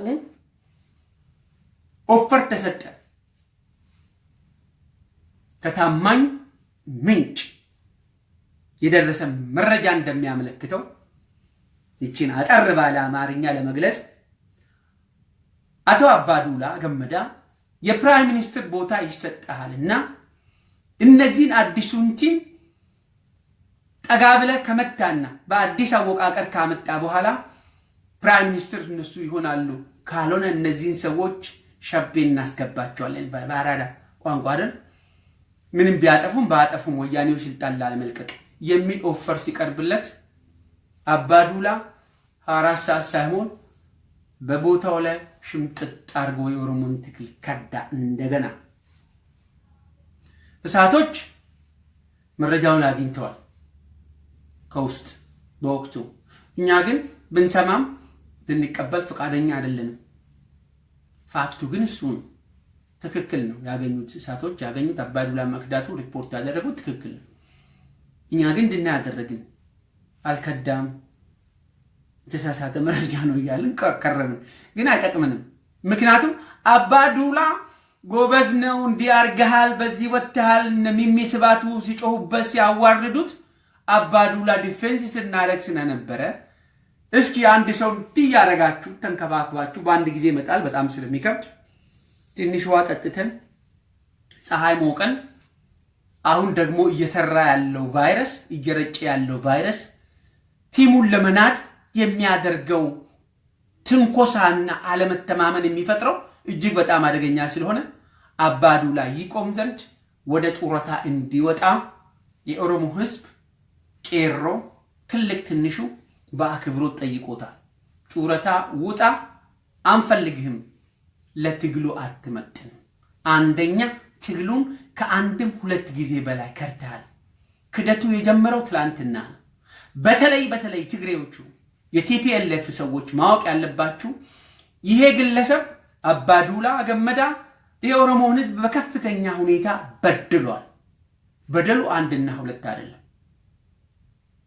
የበደለን ዛሬ አይደለም በደሉ የተጀመረው በደሉ ከአንድም ሁለቴ ከርቶናል እንዴት ነው የከዳው ሰራዊት ውስጥ የተተመጣጠነ የኦሮሞ ጦረኞች እንዳይኖሩ የመከላከያ ሚኒስትር በነበረበት ሰዓት በጀነራል ከማል ገልቹ የተዘጋጀው የሰራዊቱን አወቃቀር ያፈረሰው አባዱላ ገመዳ ነው ሲያ አብርሃ በሚመታበት ጊዜ የኢትዮጵያ መከላከያ ሹም ሆኖ በተሾመበት ሰዓት ላይ ኦሮሞዎችን ፈልቅቆ አባሮ ያለ ስራ ያ ሰራዊት በወያኔዎችና ወያኔዎች በሚፈቅዱት አወቃቀር መንገድ የከፈተው አባዱላ ገመዳ ነው የኦሮሞ ህዝብ ይሄንን ጠንቅቆ ያውቃል እናንተም ወቁ እባብ ለባብ ይታያል ካብ ለካብና ይሄን ሰውዬ የናንተ ምርኮኛ ስለሆነ የናንተ ቁስለኛ ስለሆነ ለናንተ ስለሚታዘዝ የኦሮሞ ህዝብ በአሸናፊነት አይወጣም ብሎ ስለሚያስብ በቀደም ለታም በተደረገ ሁኔታ ለናንተ ተመቻችተው ትግላችንን ከርቶ ፕራይም ሚኒስተር የሚለውን ማታለያ ህገወጥ በሆነ ሁኔታ ለዛው ከዛ ሪዛይን አድርጎ ተመልሶ የገባበት ዋንኛው አንዱ ምክንያት ይሄ ነው መናገር ማያስፈልገው እንደወጥ እንደፈለጉ የሚወጡበት እንደፈለጉ የሚገቡበት እንደፈለጉ የሚታዘዙበት አንዱ ኬዝ ይሄ በተረፈ የህዝብ ክብር ተነክቷል ህዝብ ከቦርደር ከዚህ ተፈናቅሏል እንዲሆነዋል ብሎ ሪዛይን ካደረገ ያ ህዝብ ዛሬ ምንም የተለወጠ ነገር የለም 1 ሚሊዮን የሚጠጋ ህዝብ ተፈናቅሎ በኦሮሞ ህዝብ እየተረዳ ነው ረሃብ ገብቶ ህዝቡን በመከራ ላይ ነው ያለው ሰው በየቀኑ እየሞተ ነው በየቀኑ እየተገደለ ነው ለአማራ ህዝብ ተመሳሳይ ነው ትግሉ ከመቼውም የበለጠ ጦፎ ቀጥሏል ኢማጂን እስቲ የአማራ ህዝብ ተመልከት አዳምጥ የኦሮሞ ህዝብ አዳምጥ አባዱላ ፕራይም ሚኒስተር ከመሆን ደብረጽዮን ፕራይም ሚኒስተር ቢሆን አይሻልም ምክንያቱም ጠላታችን ነው ብለን የፈረጀው ሰውዬ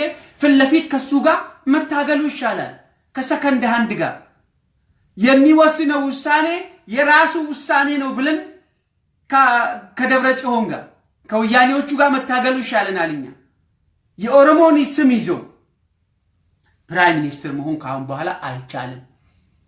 የህዝብ መብት ማስከበር ካልቻልክ የወላይታን ስም ይዞ ፕራይም ሚኒስትር መሆን ካሁን በኋላ ፋይዳ የለውም። ይሄው ኃይለ ማርያምን አይታችኋል። የአማራን ማነው የአማራ ይሄ ሲሳደብ የነበረው ሰው የአማራን ስም ይዞ ፕራይም ሚኒስትር መሆን ዛሬ አዋጣም። ምክንያቱም ትግሎም ስለማዋጣ ነው። ይሄ ኦልድ ግሩፕ ከወያኔ ጋር የበሰበሰው የያዘውን ሀብት ይዞ ከዛ ከ4 ኪሎ ከዚህ ከህዝብ ፊት ገለል ማለት አለባችሁ። ረብሻም ማያስፈልግም፣ መወረስም ማያስፈልግም። ጡረታ ውጡና ራሳችሁን ከዚህ ትግል ገለልተኛ አድርጉ። ይሄ የመጀመሪያው ጥሪ ነው። ካልሆነ ግን ህዝቡ ተጠቂው ሰው ዘመዱ የሞተበት ገንዘቡ የተዘረፈበት ሬፕ የተደረገው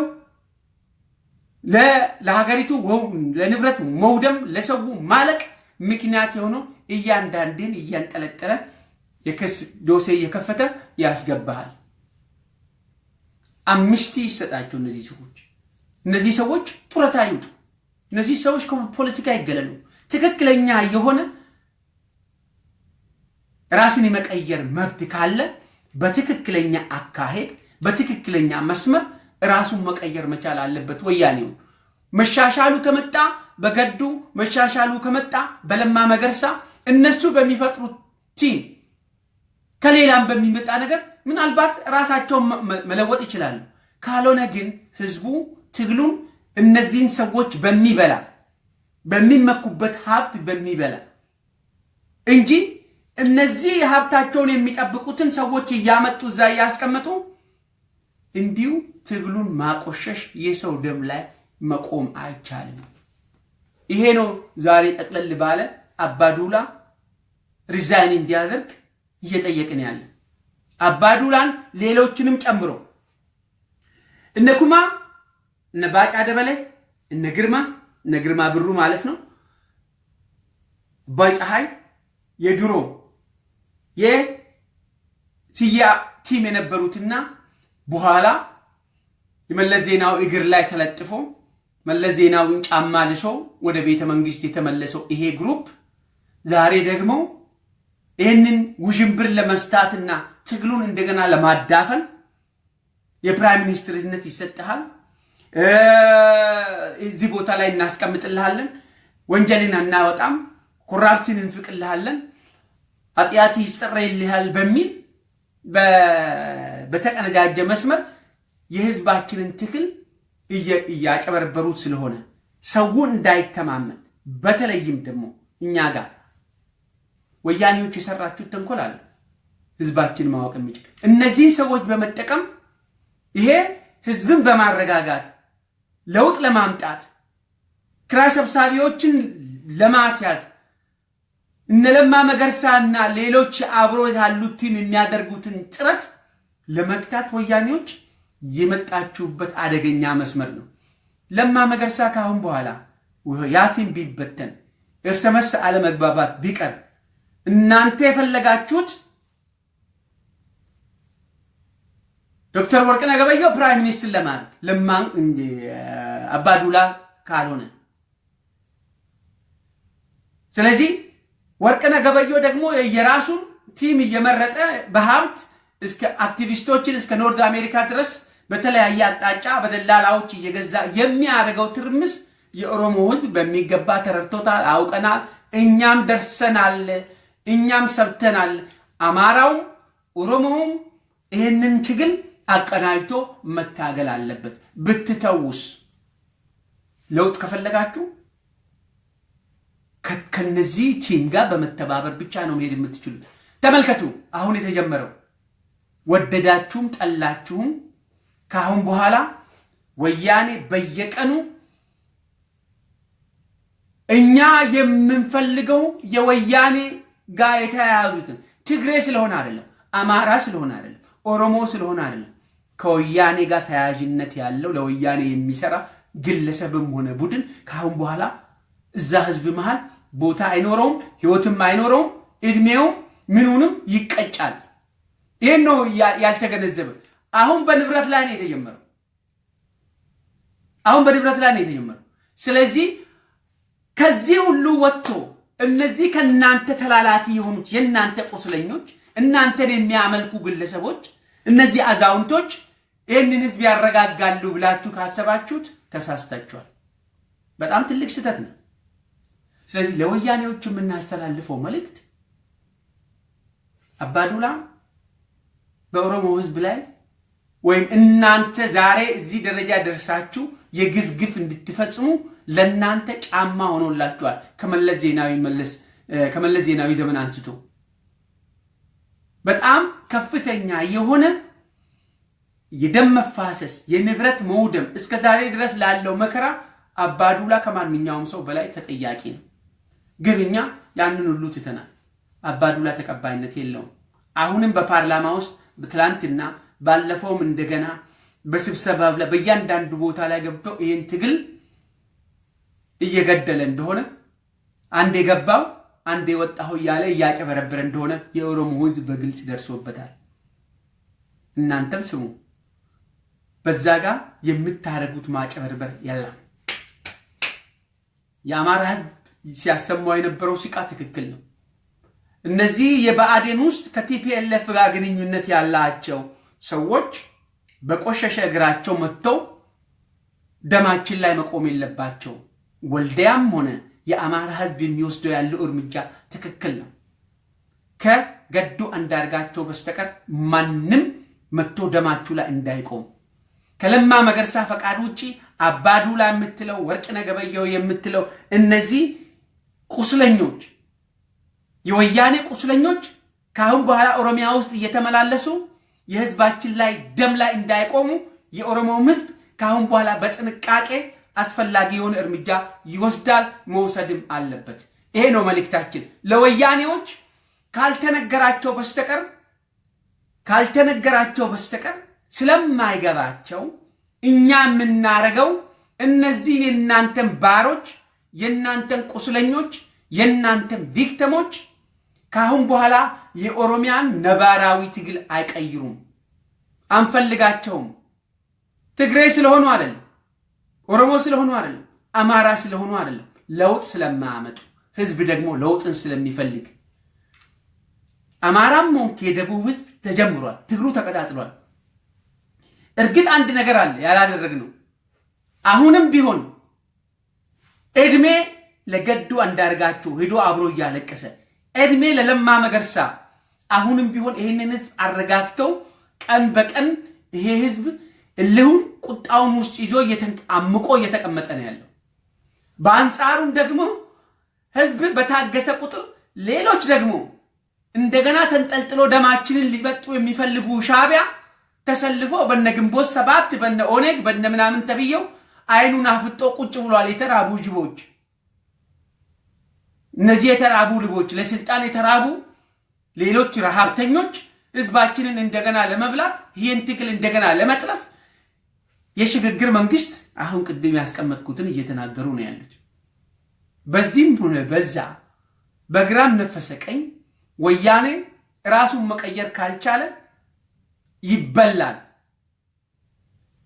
ደም በፈሰሰ ቁጥር ደግሞ ኤርትራማ ትደብ ማን ነው ውጭ ሀገር መደበቅ አትችል ትግራይ መደበቅ አትችል ዛሬ በርግጥ ትግራይ የነፍስ ገዳዮች ቦታ መጠራቀሚያ እንደሆነች ሰውን አስገድለው ገለው ልጆቻቸውን ንብረታቸውን ይዘው ወደ ትግራይ እየተደበቁ እንደሆነ ከደቡብ ከወሎ ከአማራ ክልል ከኦሮሚያ ክልል እዛ እየሸሹ እንደሆነ ይታወቃል ይሄ ግን ምናልባት ለጥቂት ሰዎች ነው እስከተወሰነ ድረስ ይቀጥላል ይሄን ታክቲክ ዛሬ ኦሮሚያ ውስጥ ሰው ከገደለ ሰውዬው ወደ ትግራይ ነው ሄዶ ገብቶ የሚቀመጠው ንብረት አለው ጠመንጃ አለው እያንዳንዱ ነገር ፋሲሊቲ ተሟልቶለታል መቀሌ ላይ የትግራይ ህዝብ ለዚህ ነው እኮ የኦሮሞ ህዝብ የአማራ ህዝብ መላው የኢትዮጵያ ህዝብ ትግሬን ይበላል ትግራይ ደግሞ አድዋዎችን ይበላሉ የተባለው በፎርሙላ ሲሄድ ያኔ ማን ይተርፋል የተረፈው ነው ሰርቫይቭ የሚያደርገው የወያኔዎች ስትራቴጂ አያችሁ እንዴት እንደሚሆን ይሄ ነገር አይቀሬ ነው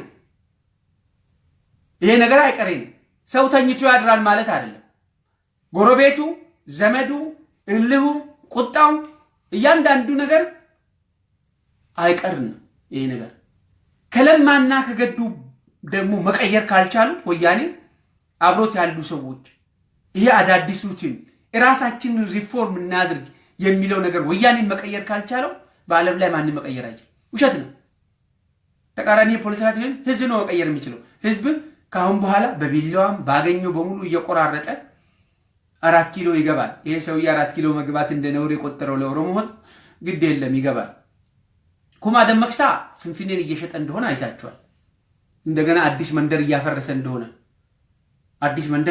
እንደሆነ ለመስፋት ስላልቻለ ኦሮሚያ ውስጥ መስፋፋት ስላልተቻለ በአሁኑ ሰዓት የፍንፍኔን ህዝብ መሸጥ ነው ያሉት ገንዘብ ለመሰብሰብ ነው እንጂ ገንዘብ ኖሯቸው ትርፍ ነገር አገሪቷን ለማሳደግ አይደለም አያችሁ የፍንፍኔን ህዝብ እየረገጡ እየሸጡ ዋጋ በሌለው ብር ምንም በማይገዛው ብር በቂ ካሳ እንሰጣል ካሳ የት ነው የምትሄደው አሁን የፍንፍኔ ህብረተሰብ አሮጌ ከቀዳዳ ይሻላል ጨምደዳ ይሻላል እኮ በቤት መቀመጥ አችልም አሁን ምንድነው የምታገኘው ብሩ በአጠቃላይ እየከሰሩ ስለሆነ ብሩን ለመሰብሰብ ያቺን መንደር ለመሸጥ የሚያረጉት ነው የፍንፍኔ ህዝብ የአዲስ አበባ የፍንፍኔ ራስን የምትለው ይሄ እንኳን ደግሞ ተነስተ ዞር በል ከዚህ በለው የምትገነባው ሀገር የለም ሀገሪቷ እሳት ላይ ናት ያለችውና በምን ሁኔታ ነው በምን አቅም ነው ፍንፍኔን የሚገነባው ይሄ ሁሉ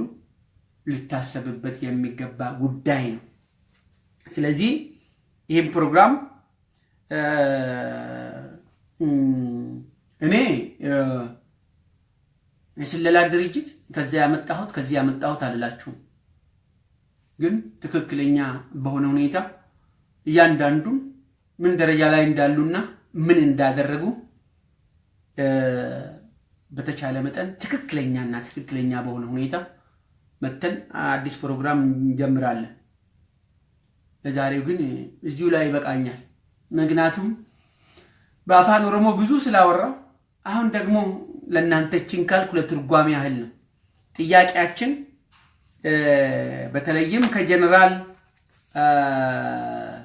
ከማል ያደራጃቸው የኦሮሞ ወጣቶች እንደ ሌንጮ ካፈረሰውና እንደ ሌንጮ ለታ ተጠያቂ በኦኔጎች መፍረስ በኦኔግ ስም የተደራጀውን ሰራዊት ማፍረስና መጨፍጨፍ ኦኔግ ለማፍረስ ሌንጮ ለታ ተጠያቂ እንደሆነ ሁሉ የተቀረውን ሰራዊት ደግሞ በ2006 እንዲፈርስ እንዲመታ እንዲገደል እንዲለቅ አቶ አባዱላ ተጠያቂ ናቸው ለዚህ ነው ወደ ሌላ ጉዳዮች ሳንገባ በክብር ሪዛይን ቢያረጉና ቢያርፉ እስከ መቃብር ድረስ መሄድ አይቻልም እዛው ላይ ተቀምጦ የሚያዋጣው ሪዛይን ማድረግ ነው የምንለው መልእክት ምናስተላልፈው አመሰግናለሁ እንግዲህ ከዚህ በላይ መቆየት ስለማልችል ነገ ወይም ተነጎዳ አዲስ በሚመጣው ኢንፎርሜሽን ላይ ተመስርተን እያንዳንዱ እነዚህ